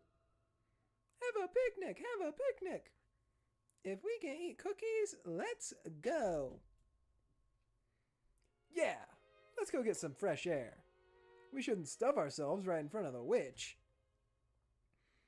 That's right. Didn't we say we wanted to go down to the beach in the first place? Let's go, let's go. Shannon-chan. Sorry, but could I ask you to get us a blanket to sit on and some flasks of tea? Flasks? Holy moly. Right. Certainly. Shannon-chan received her instructions and gracefully bowed before retracing her steps. We headed for the beach on our own. Everyone headed for the entrance in a group. Feeling as though that witch was staring down at our backs, I turned around once more. Battler, you still don't believe? Nope, I believe. It'd be so much cooler that way. True. The golden witch Beatrice gave grandfather 10 tons of gold. And that gold might be sleeping around here somewhere. Sleeping? Besides, didn't grandfather write that strange epitaph as though challenging us to find it if we can? It would be really cool if we could actually read the epitaph. I'd say that kind of adventurous story's way better. 20 billion yen worth of gold, huh? Even if we split it up between the four of us, that's still a ridiculous amount of money. 5 billion yen for each of us. Incredible! With that kind of money, you could probably make any sort of business prosper. In fact, we could live our whole lives fabulously without working at all. Ooh! I don't want 5 billion yen, I want cookies! Cookies! I'll take them. Maria would take cookies over money. Still, 5 billion yen? That's like a dream. A dream. Like the Minecraft YouTuber? Oh my gosh. Yeah, he got beat up by Gumball. It's sweeping the internet. Ridiculous. Is it possible back to that at you death's all door, I think. truly believe in Father's legend of the gold? Oh, I know. We're actually now in a... Listen to this song's name. Corridor of Purgatory's Sands. Anyway. Of course we don't believe that story about a witch giving him gold. But there's no mistake about the gold itself. The fact that Father obtained gold bars from an unknown source has been confirmed in several ways. We've heard that before the president of the Maruso company died, I would imagine you would still pronounce that Soul, Father showed him a large pile of gold somewhere. Marusu. Father used that man's claim as proof that there were 10 tons worth.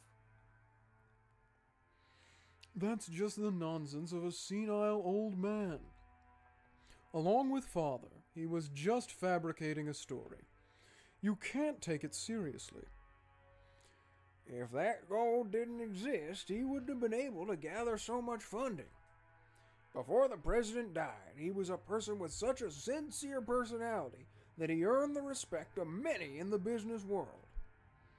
He wouldn't have become a partner to such fraud. Aniki, the president of Maruso definitely saw it. 10 tons of it, clearly, with his own eyes.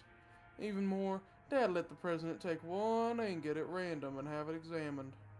The results of the examination show that the 10-kilogram ingot was 99.99% 100% pure. He said that the Ushiromiyas family crest, the one-winged eagle, was imprinted on it. Almost instantly, the Ushiromiya legend of the gold spread amongst the fixers of the business world. What's a fixer? I think it's the people that, like, set up meetings between people. Gold from an unknown foundry has a poor rate of conversion into money. Thinking that it was a chance for decisive profits, they accepted it as collateral, and as a result, Father was able to receive massive loans. Is there no limit to the absurdity you're willing to accept? No. How old... well, shit. How old are you people? Are you still taking that nursery tale you heard as children seriously? Where is the proof that this 10 tons of gold even exists? Aren't you just parroting the lies of Father and a few of those close to him? Of course, it's just a story. A game story. But still, Aniki. The amount of money Dad raised required a suitable amount of collateral. Even if the gold itself was just a rumor, it's an undoubtable fact that he showed them a treasure of comparable worth. It was just an illusion of money created by our penniless father. He acted as though he actually had gold that didn't exist, fooling his sponsors. It was probably the gamble of a lifetime. Luckily, his use of those funds proved successful. If the Korean War demands hadn't come and the Ushiromiyas family had not been restored, Father would probably have been hounded after as the crook of the century. This voice you're doing makes me occasionally just imagine Dennis. Is there a war going on right now? So, are you saying the gold never existed and Father made it all up? Of course. And because of that, the illusion of gold became a mere inconvenience once he'd achieved enough success. That's why, later on, Father added all that about a witch and black magic, weakening the credibility of the entire story. In other words, he revealed that illusion of the gold was a fabrication. If he claimed to have received the gold from a witch, no one would ever believe that it existed at all, right? It's also possible he said it for all of your sakes. Nevertheless, here comes some stupid offspring wanting to divide up his non-existent gold along with the rest of the inheritance. Rosa, don't tell me that even you believe in a fabrication like this. Quit coming after Poor her, Rosa. man. I can't prove whether or not Father really had the gold. I just want to claim my rightful share as one of Father's 4 children. Oh. It seems that even you have started to talk that way, Rosa. I see. So that's what you're all getting at. You're This trying song to is claim awful. that I'm attempting to keep all the gold for myself. Like evil awful. I swear I'm hearing like sampled screams of the damned in the background. Anyway. Oh. Yeah. Nissan, you've gathered a massive supply of funds. That's a fact. This is your fault. Every time you say it in her voice now, I just I picture know. my car, because I have a Nissan. Oh. If we rule out the possibility that you've been embezzling Father's personal funds, then there's only one possibility left, right? No, she said left, right? Also, now I want fan art of Kraus, but it's a Nissan. It's just like his suit covering a Nissan. Yeah. Oh, Aniki, we've been thinking that you might have found those 10 tons of gold bars. Ridiculous. Such a thing never existed in the first place. And then explain yourself. Was it embezzlement of Father's assets or Father's hidden gold? How could you have gathered so much funding if not by one of these methods? They've cornered him a bit. Even I have many friends in the political and financial realms. I have earned their cooperation. Nothing more. And on that matter, I have no responsibility to explain myself to you. You understand, don't you? There are some topics that ought to not be spoken of. If you insist on that point, that's all well and good for now. But Aniki, Dad doesn't have long. Nobody can ensure that he'll live to see this day next year. The inheritance process will begin at the instant of Dad's death. We'll arrange for lawyers and accountants who are impartial to all of us and have them inspect Dad's financial situation. At that time, if it comes to light that you've unjustly interfered with Father's money, you understand, right? Do you think that, like, when Eva was young, she, like, got that tattoo as an act of rebellion? Well, no. Because, it's also the family crest, but, like, considering how much pomp and circumstance this family has, you would think getting a tattoo would be like for them. Well, we will learn more about her in chapter 3, and it'll make a bit more sense. Okay. I don't know if they explicitly explain that tattoo, but you'll get it. Okay. I don't have a clue what you're talking about. You're starting to make me feel as indignant as my wife was. Hey. Of course. Father's gold is part of Father's fortune. We understand it's money you can't reveal openly, but the 4 siblings should have an equal right to it. In other words, we're gonna have your financial situation investigated as well as Dad's, to determine whether you're hoarding the gold or not. Isn't this agreeing? Her shaking in her boots while she's saying this. My OBS disconnected apparently very briefly.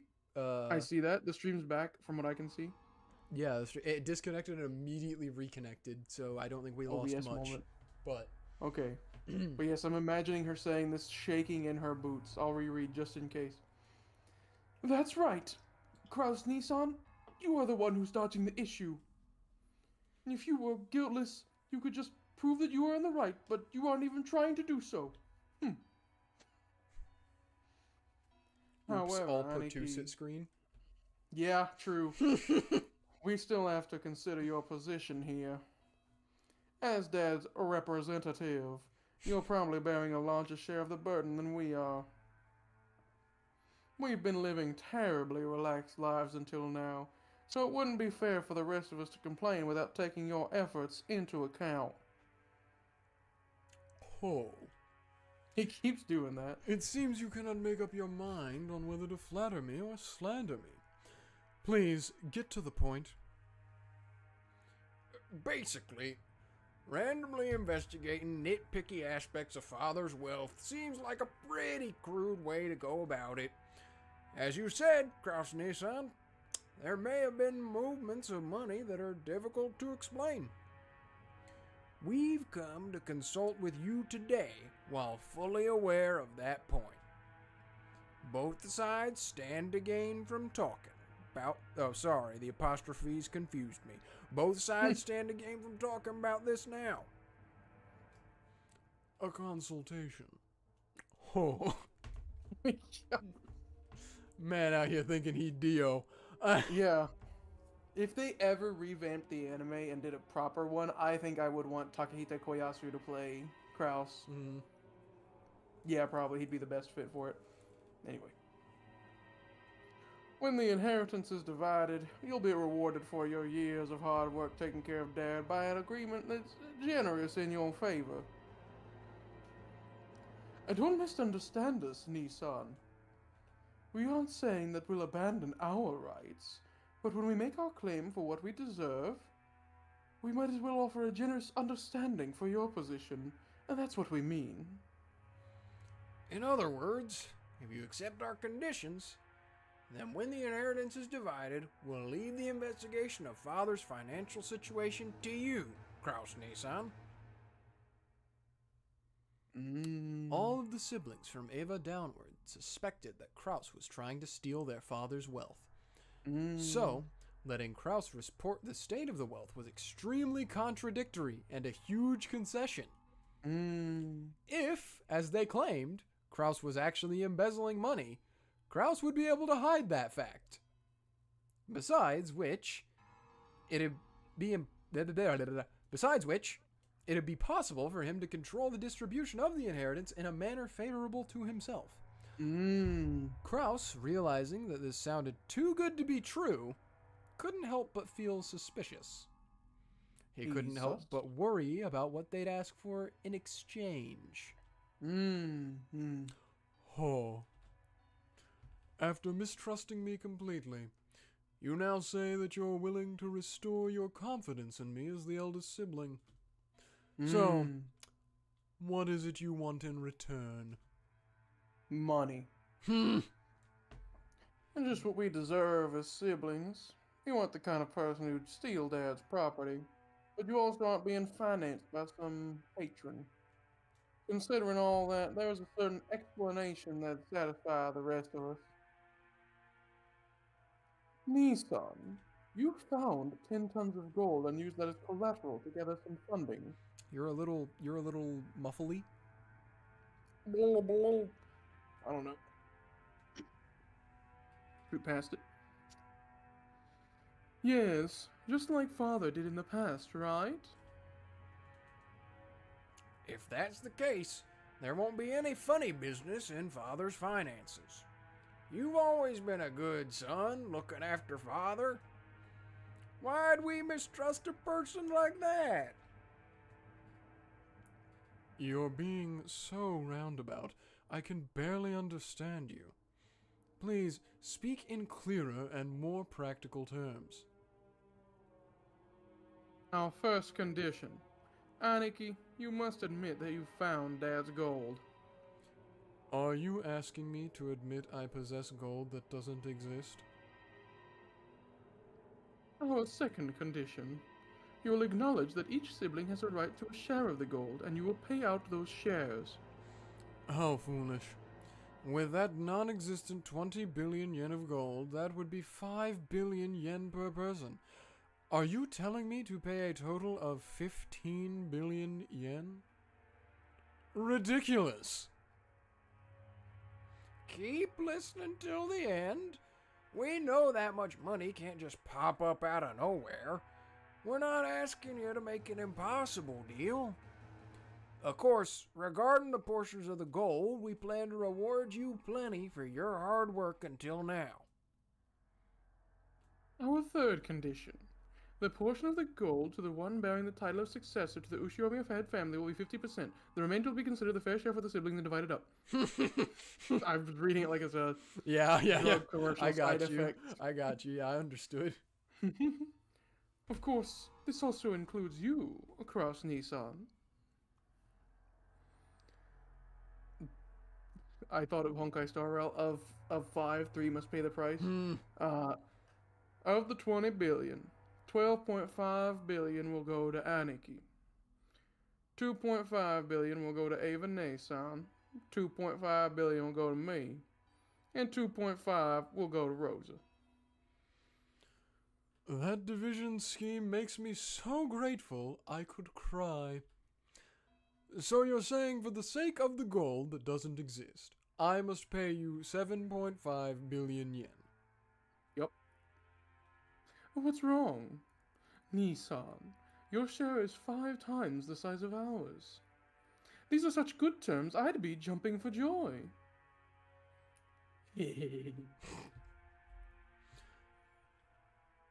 Our fourth condition. The gold will be liquidated and distributed along with the inheritance at the time of Father's death. However, as a deposit, 10% of our portions are to be paid to us promptly. These payments must be made before March of next year. Check, So what, they give them 5 months? What? What do you think, Cross-Nason? This is an ideal chance for you to restore the trust regarding your handling of Father's assets, isn't it? Of course, it might be impossible to get a whole 7.5 billion before Father dies, But it should be possible for you to manage a deposit of 750 million, right? Paying 700 million in half a year might sound like a pain, but you should be able to manage it, what with all your friends in the political and business spheres. Normally, we'd hope to receive the 7.5 billion right now, all at once. But out of concern for you, we'll show our sincerity by asking for only 10% of that for the time being. The remaining 90% can wait until the inheritance is distributed.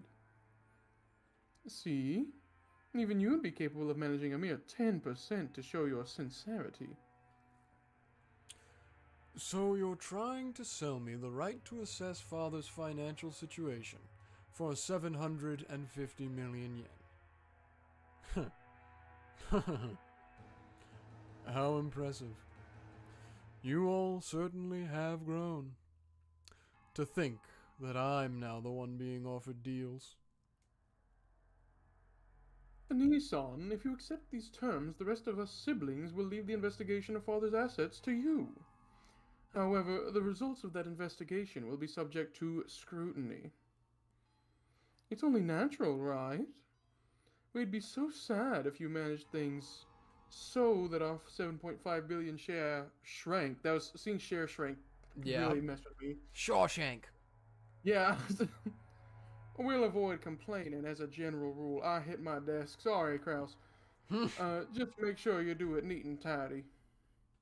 As long as you don't try anything that's blatantly obvious, we've got no intention of stirring things up. We want our inheritance quickly, too. We don't want it to get all drawn out and left hanging. If a complaint is made, who would carry out the follow-up investigation? We don't mind if it's you. This is probably the first and last chance for us siblings to reach a consensus. I believe it won't come to that.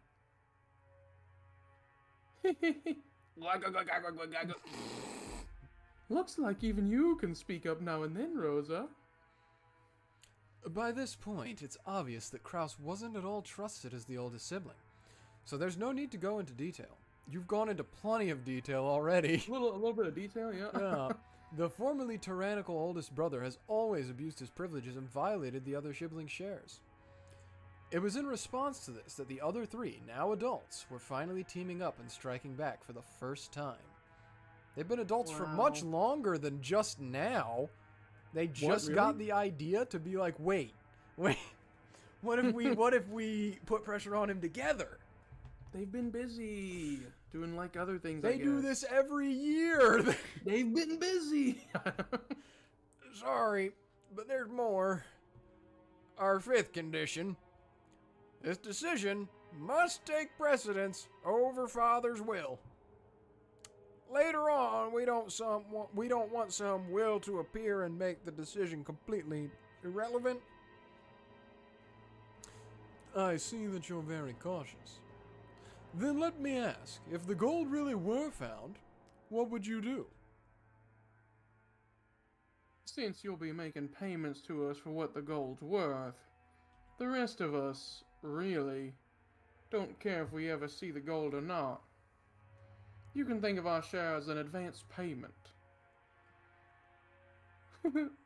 It's good to have dreams, isn't it?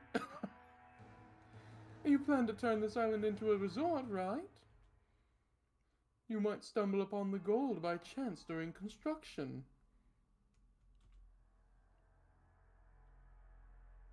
Do it. Yeah. Eva let out a high-pitched laugh. Kraus watched, but didn't even flinch.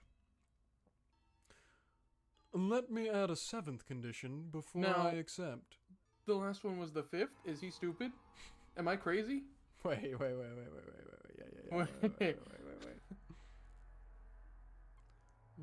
Wait a minute. Yeah, Our no. fifth condition. No. Oh my god, it runs in the family. It's not just Battler. Oh my gosh. In the situation that any sibling other than myself finds the gold, they will immediately turn it over to me. Yes, of course. We'll hold on to it for you. That's not Also, what I that said. was the sixth condition. That's not what I said, though, at all. I said give it to me, not hold on to it for me. It was a play on words. Of course, the others, who were forcing Kraus to pay money for some non-existent gold, wouldn't save Kraus his portion if they actually found it. From the beginning, this deal had been nothing more than a threat directed at Kraus. Regardless of the actual facts, it was still extremely likely that Kraus was embezzling his father's assets. When Kinzo faced death at last and had his inheritance distributed, some unpleasant facts would surely come to light. That could easily become fatal to Kraus. The others had spotted this weak point and were threatening their brother under the veil of compromise, trying to wring a huge sum of money out of him. However, they had forgotten one thing. They'd forgotten that their brother's brain moved so swiftly, at least when it came to cunning and guile, that they'd been forced to band together to combat him. But what about the part where he said seventh condition? While Ava, he's so fast, he was thinking ahead to 7. While Ava couldn't stop smiling, sure of her victory, Kraus let out a gloating laugh to show how relaxed he was. See, wouldn't this sound great as Dio's voice actor? Yes. This all makes for such a touching story. My estrangement from you all has left a deep pain in my heart. If accepting these conditions means we siblings can become friends again, it would please me to no end. I'd be happy to agree to your deal. Rejoice, Rosa. What did I do? We have reached an understanding. Thoughts. Rosa's expression dimmed. That's... It was never a good sign when her brother started talking like this. Uh-oh. Eva also keenly picked up on this. That's why she was unable to wipe away a sense of unease, even though Kraus had obediently accepted the deal. My, how obedient of you. Obedient and cute, one might say. It's not like you at all, Nissan. What a cruel thing to say. Are you implying I have some ulterior motive? Of course I don't. I'm just the same as all of you. Just the same as all of you. He seemed to emphasize that one part. The color of Rudolph's face darkened. To him, it sounded as though Kraus was saying, I have a similar plan to yours. So Rudolph panicked. He rushed to bring this nearly resolved discussion to a conclusion. Then we're good. So, Aniki, would you mind signing here? This is a written contract summarizing the discussion we've just been having. There's one for each of us. Everyone will sign for the same contents. Rudolph took 4 written contracts out of his breast pocket that had the details of their deal written on them. That would have been such a padded breast pocket, right? Well, The 7th condition you propose will, of course, be added right now. Wait a second. There's only 5 before that one. Wait. I didn't notice until I read it on the paper, but there's no 6th one, guys. Don't worry about that. Don't worry. Yeah. Aniki, need a pen? Rudolph took a fountain pen out of his breast pocket and offered it to Kraus. Rudolph would definitely be the guy to take it out, untake the cap off, and lick it first, and then hand it. Kraus made as if to accept it, but then with a small laugh, he drew back his hand without taking it and spoke. I don't like that you licked it. No, I'm kidding. Actually, in order to ensure that this agreement is properly executed, I'd like to propose an amendment on just one point. 6th demand, if you will. As soon as Kraus said that single sentence, all of the siblings felt as though something ominous was creeping up their backs at the same time. Ooh. That won't do. We've already decided, haven't we? Just stay quiet and sign it. Why are you in such a hurry, Ava? Of course I'll sign. I promise the share of gold going to all of you will be 7.5 billion yen. I also promise that when Father's inheritance is distributed, I will cleanly and neatly liquidate it. However, There is one point that I simply must insist that you compromise on. What are you talking about? What don't you like? The part about promptly paying 10% of your share, 750 million yen. As you pointed out, my financial situation is far from prosperous. While I can guarantee that I will collect on various future investments, I must admit that I am quite poor at the present moment. In short, I have absolutely no money that I can move around right now. I am incompetent, and my business sense is dull. Since I am the loser you all claim me to be, I don't have the power to move 750 million yen in just half of a year. This is one of my favorite parts from the novel, is him being like, I'm stupid, you guys said so. Yeah. That can't be true. Are you trying to deceive us with such a half-baked trick? At the time of the division of the inheritance, I will liquidate everything at once. Remove the condition that I must pay you 10% in advance. That is the only condition under which I am willing to sign. Kraus, Nissan, that 10% is nothing more than a number to measure your sincerity, isn't it? All things being equal, you shouldn't have any room to negotiate at all. We're doing you a huge favor by offering to let things slide for just 10% in good faith money.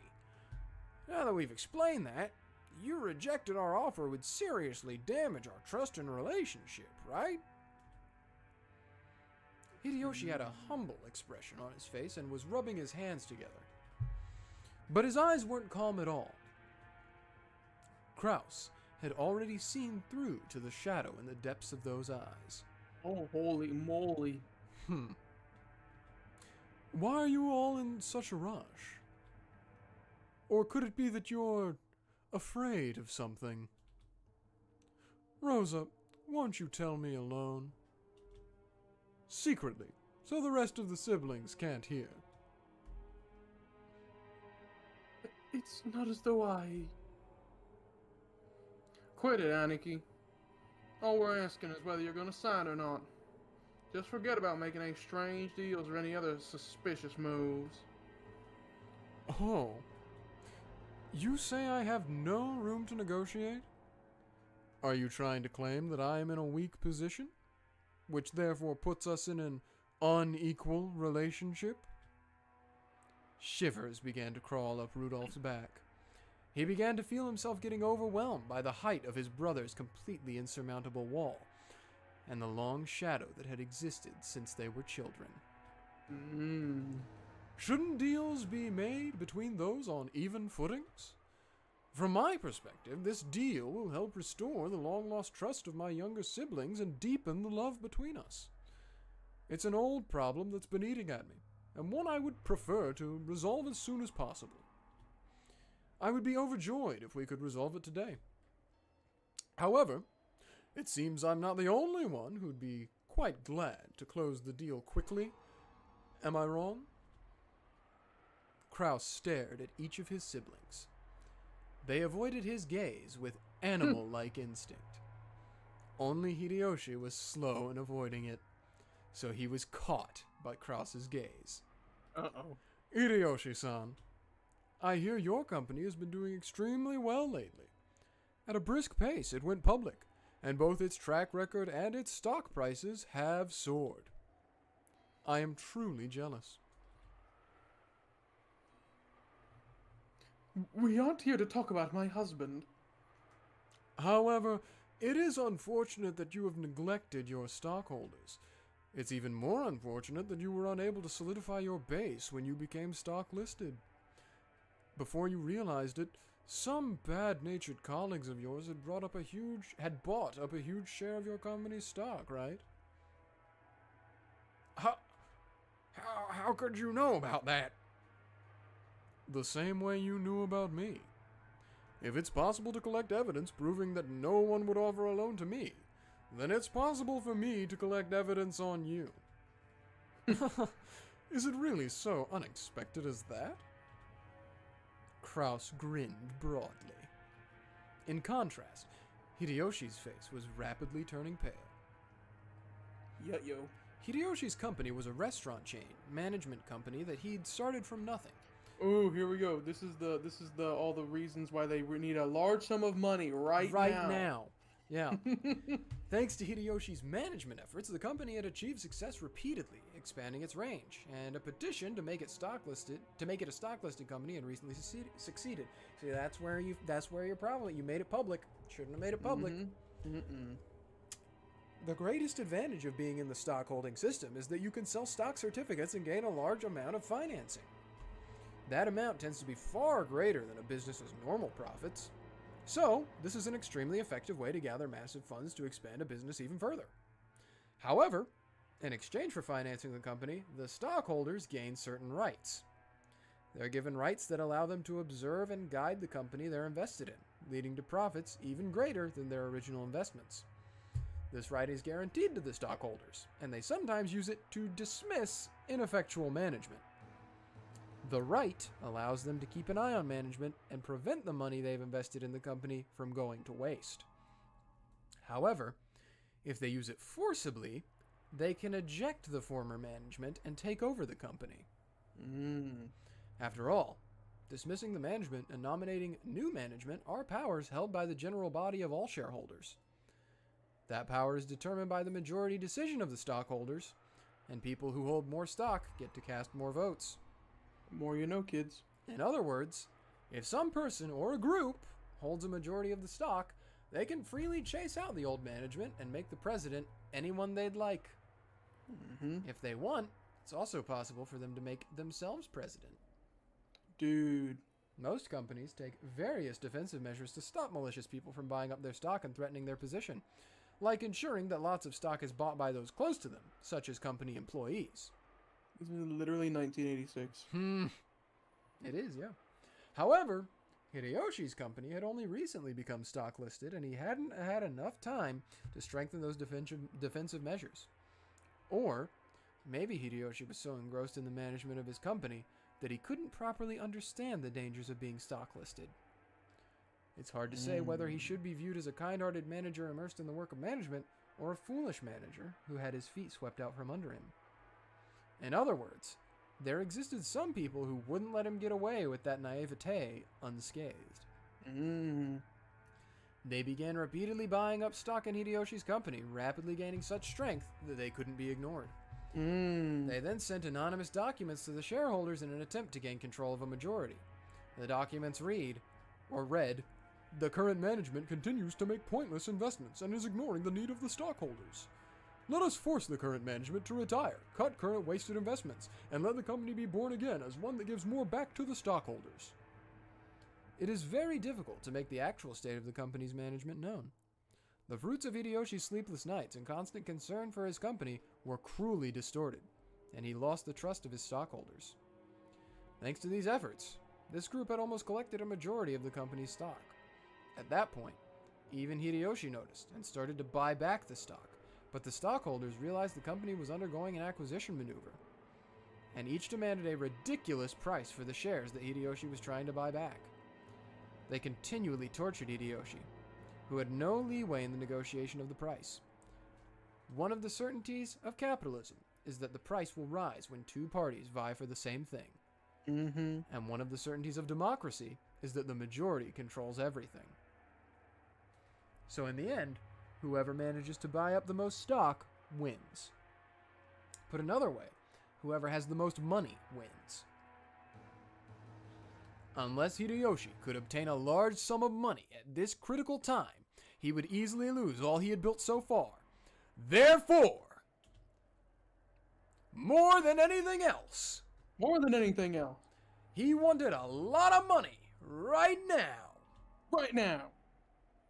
He couldn't wait for the division of Kinzo's inheritance, since no one knew he would die.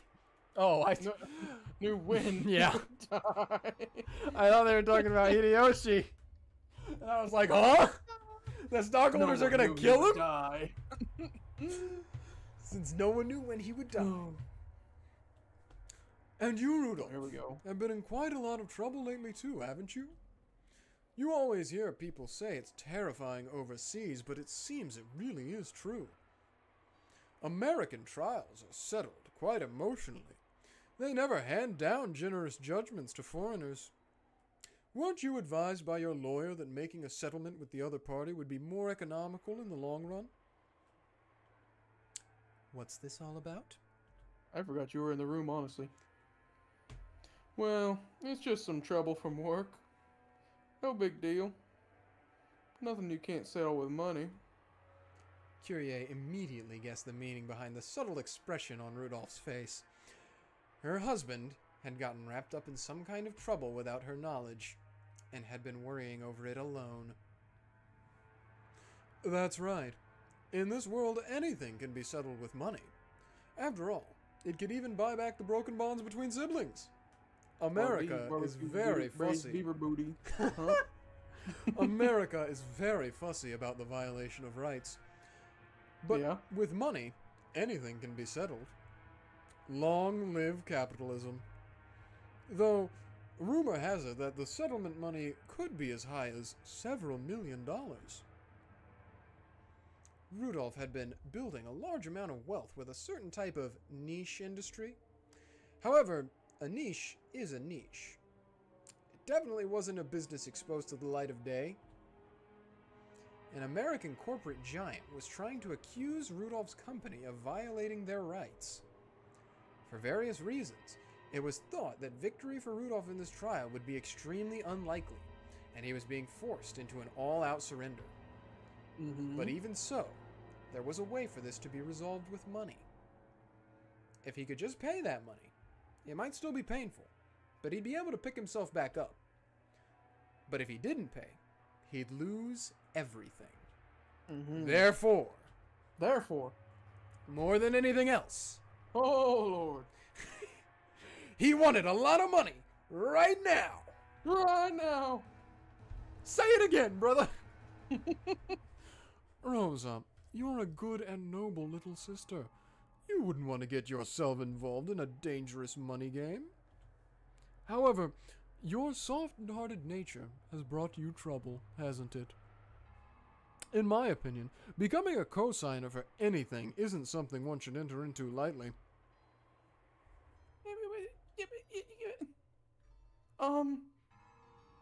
That's none of your business, Cross-Nissan. Rosa uncharacteristically laid bare her emotions and yelled. After all, no one was supposed to know that. As Kraus watched, he let slip a muffled laugh. Without exception, every one of them, more than anything else, Oh Lord, wanted a lot of money right now. oh, a lot of money. In other words, the situation had been reversed. After all, the person the younger siblings were threatening was the only one who had no urgent need for a large sum of money. The other three, however, wanted a lot of money quickly, no matter the cost. In other words, the longer it took to establish this deal, the better position Kraus would be in. Kraus was extremely sly. He had known of their Achilles heel from the beginning. Even so, he had not been certain. Therefore, he had hidden his knowledge until the very end, striking back only after analyzing their attitudes. If it were possible, I would like nothing more than to raise some money for my adorable siblings in their time of need. But unfortunately, I have nothing on hand. If you know any sponsors that might be able to raise a whole $750 million, I suggest you try there first. Kraus's elated words were so obviously detached from what he actually felt. The other siblings could do nothing more than listen, grinding their teeth. If they could think of a sponsor that convenient, they wouldn't have kept up this charade. They had entered this huge battle specifically because they had exhausted all other options. However, if you do insist on relying on your big brother, I wouldn't mind using my influence to help you find such a sponsor. Oh wait, I do believe you said that I have no influence. Well then, I'm afraid I won't be much help to you. Yeah. Squilliam laugh. Kraus's low, gloating laugh began to fill the parlor. The younger siblings, who had been driving the oldest brother into a corner until a moment ago, could do nothing more than grimace and grind their teeth. You're gonna have to see a dentist after this. Ava, Don't make me laugh. As if I'd ever put myself in your debt. Don't make me laugh. Don't make me laugh.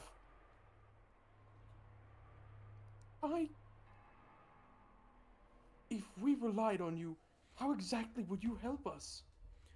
I told you, didn't I?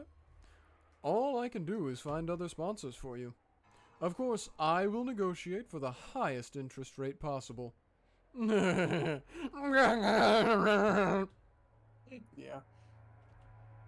Damn you. Taking advantage of us.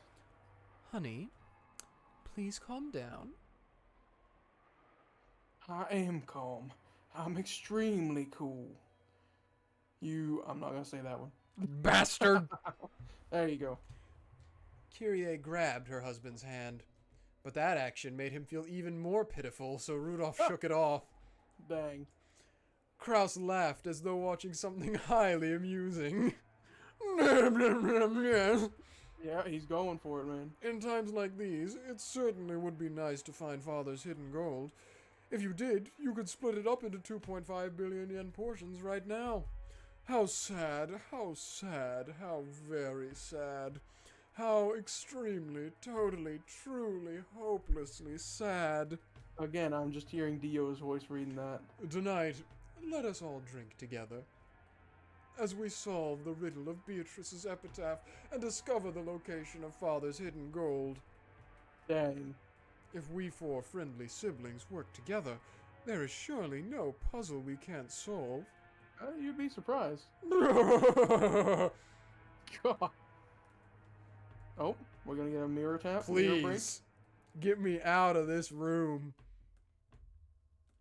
No mirror break. I think this is Rose. Oh no, I'm scared, boss. Let's end it with him again. I think I know what this is too. So yeah, let's see. Okay. Quite an entertaining scheme. Well then, what are the conditions they've attached? Oh, it's me? Well, whether or not Kraus-sama actually discovers the gold, he'll pay Eva-sama, Rudolph-sama, and Rosa-sama a total of 7.5 billion yen for their shares. However, 10% of that will be paid before March.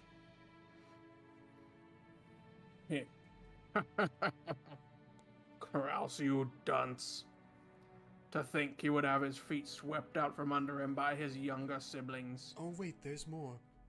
Yeah. How truly amusing. But it sounds as though they tripped when going in for the kill, yes? Yes.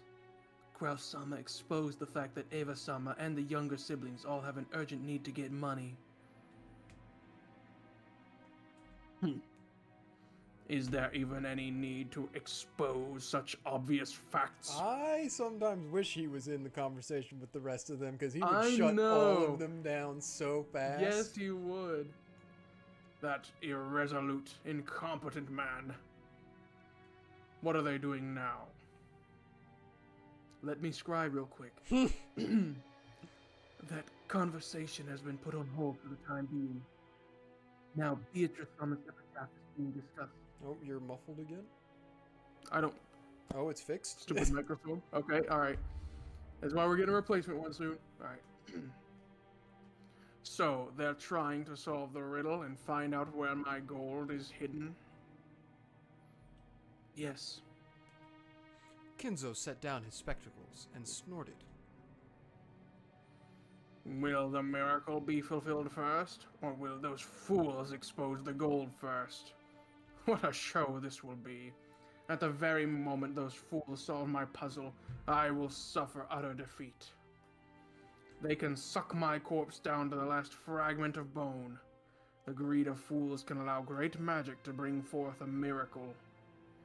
And yet, if the fulfillment of the miracle comes first, If it comes first, Beatrice will be resurrected again. Oh boy, here we go.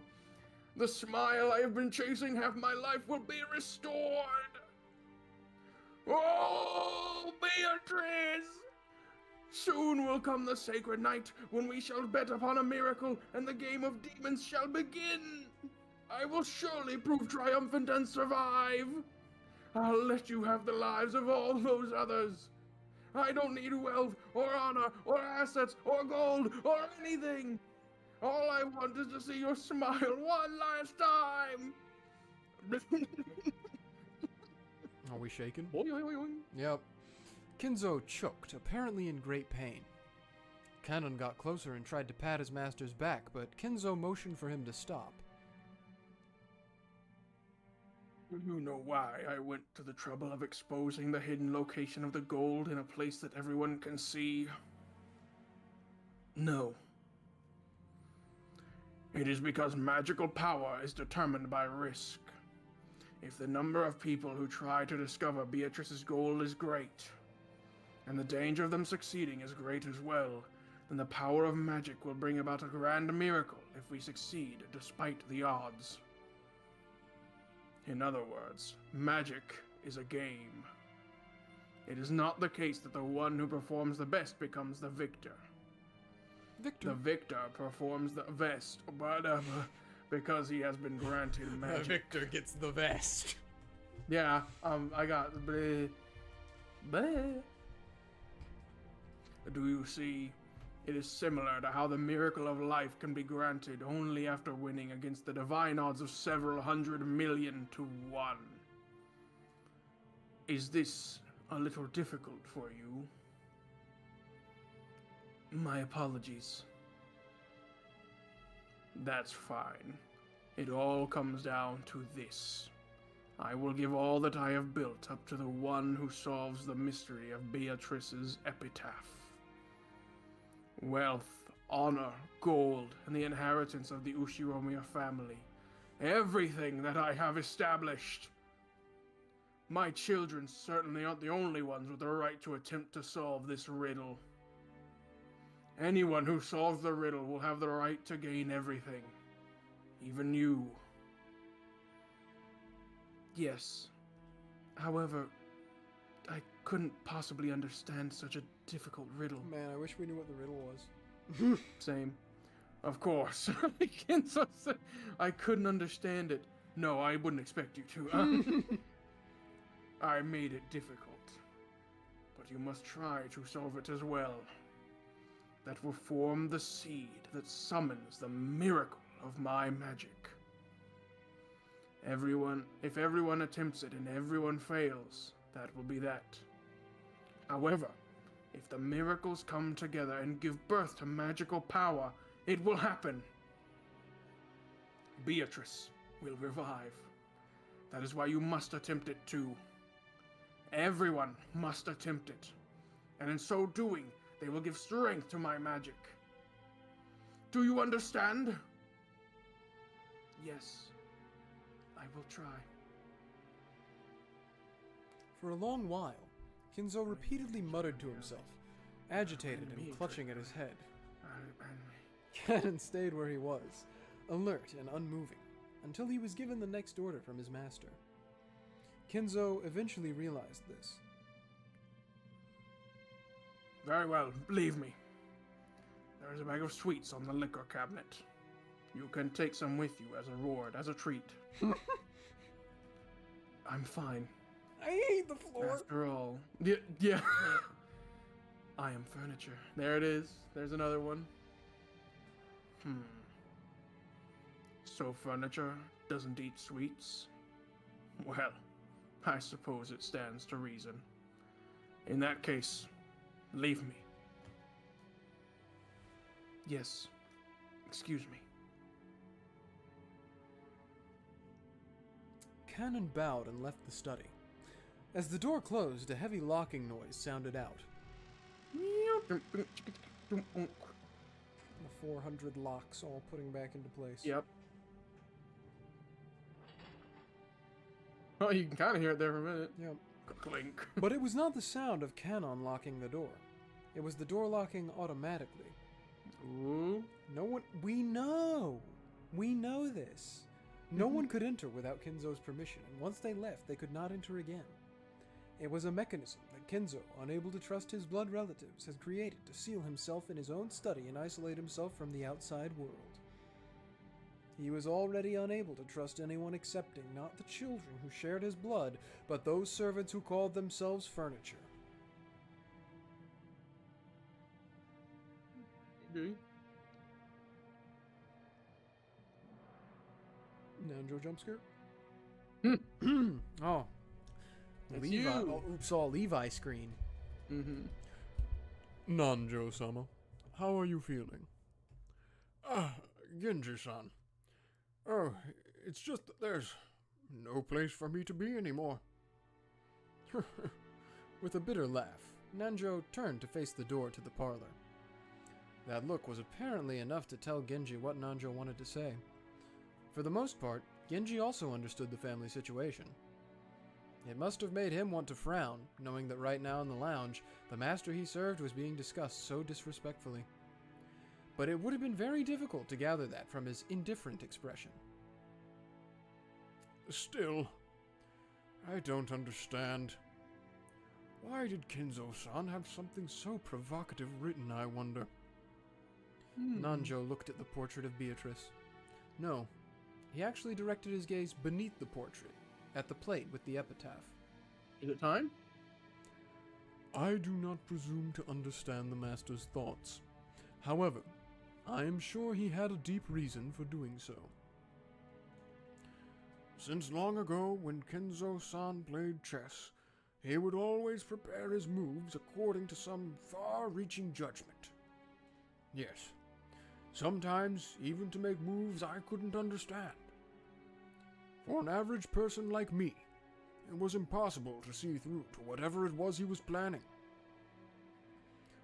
Sometimes I wonder if this might be some kind of will in the master's eyes.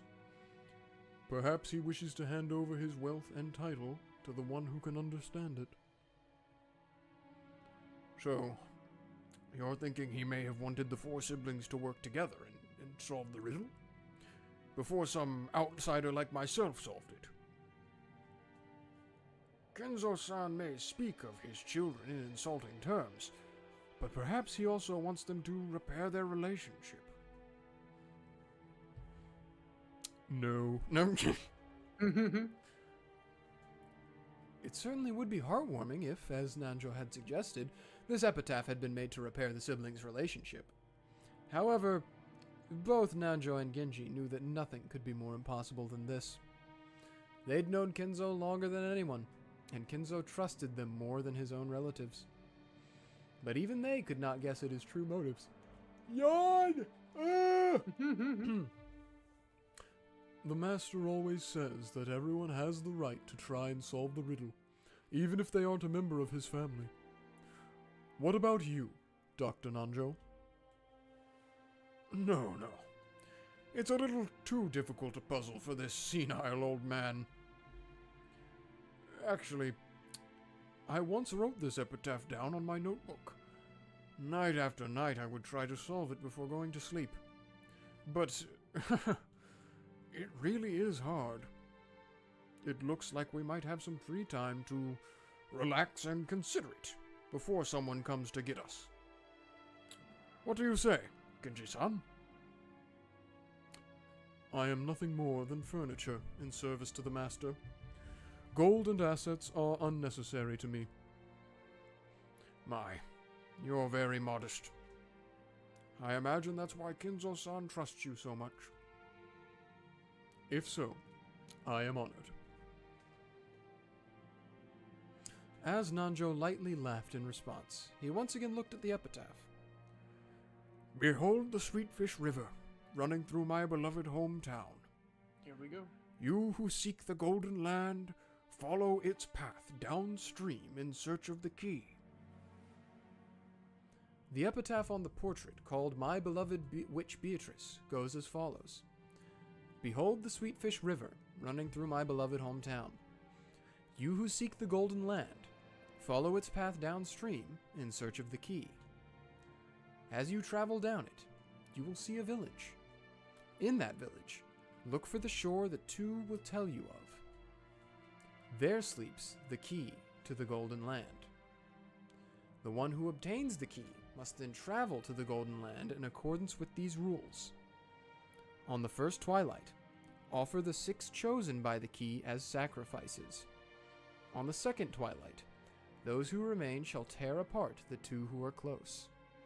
On the third twilight, those who remain shall praise my noble name. On the fourth twilight, gouge the head and kill. On the fifth twilight, gouge the chest and kill. On the sixth twilight, gouge the stomach and kill.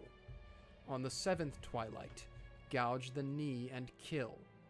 On the eighth twilight, gouge the leg and kill. On the ninth twilight, the witch shall revive, and none shall be left alive. On the 10th twilight, at journey's end, you shall attain to the power of the Golden Land's treasures, once and for the last time. The witch shall praise the wise and bestow 4 treasures. 1 shall be all the gold from the Golden Land. 1 shall be the resurrection of all the dead souls. 1 shall be the resurrection of the love that was lost. 1 shall be to put the witch to sleep for all time. Sleep peacefully, my beloved witch, Beatrice.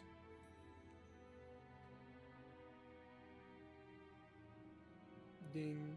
There's a ding. And there we go. Woohoo. That's probably the best place to end it for this one. That is a good end point. Oh, let's let the clock do a little ding dong, ding dong. Stopping at 3 o'clock. Oh my gosh, we're gonna go hour by hour? Bang, bang, bang. I'm ready for dinner, man. I'm ready for dinner time. Are you having dinner at 3 o'clock? Please have dinner at 3 o'clock. Holy moly. Look at that I think this is... This one's White Shadow, I'm pretty sure. Oh! Okay, you can stop here. Alright, everybody. I don't think anything's changed here. But... What an experience. Yep, we're getting there.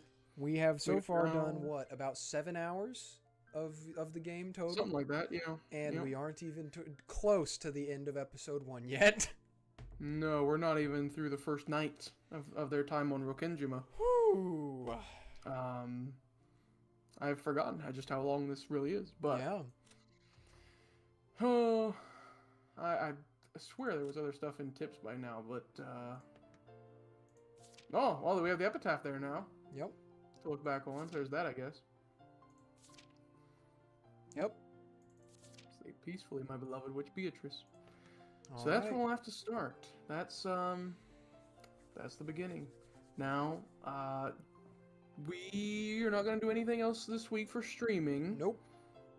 Because it is American, the U.S.'s Thanksgiving celebration, which is a big time off for us. Yep. Next week, we'll be back at probably the normal schedule, though, of like Tuesday, Thursday or so for uploads, or for streaming, rather. True. I, personally, am going to attempt to have Elden Ring videos out for Thursday and Friday in recompense of not having one out this Monday. But we'll see how far I get with all the editing. All right. So yeah, thank you all for watching and being here. Say goodbye to Kinzo. Bye, Kinzo. Bye. Bye, Kinzo. Goodbye. Did you see it that time? Did you see it? I did see it. Goodbye, Kinzo. All right. End stream.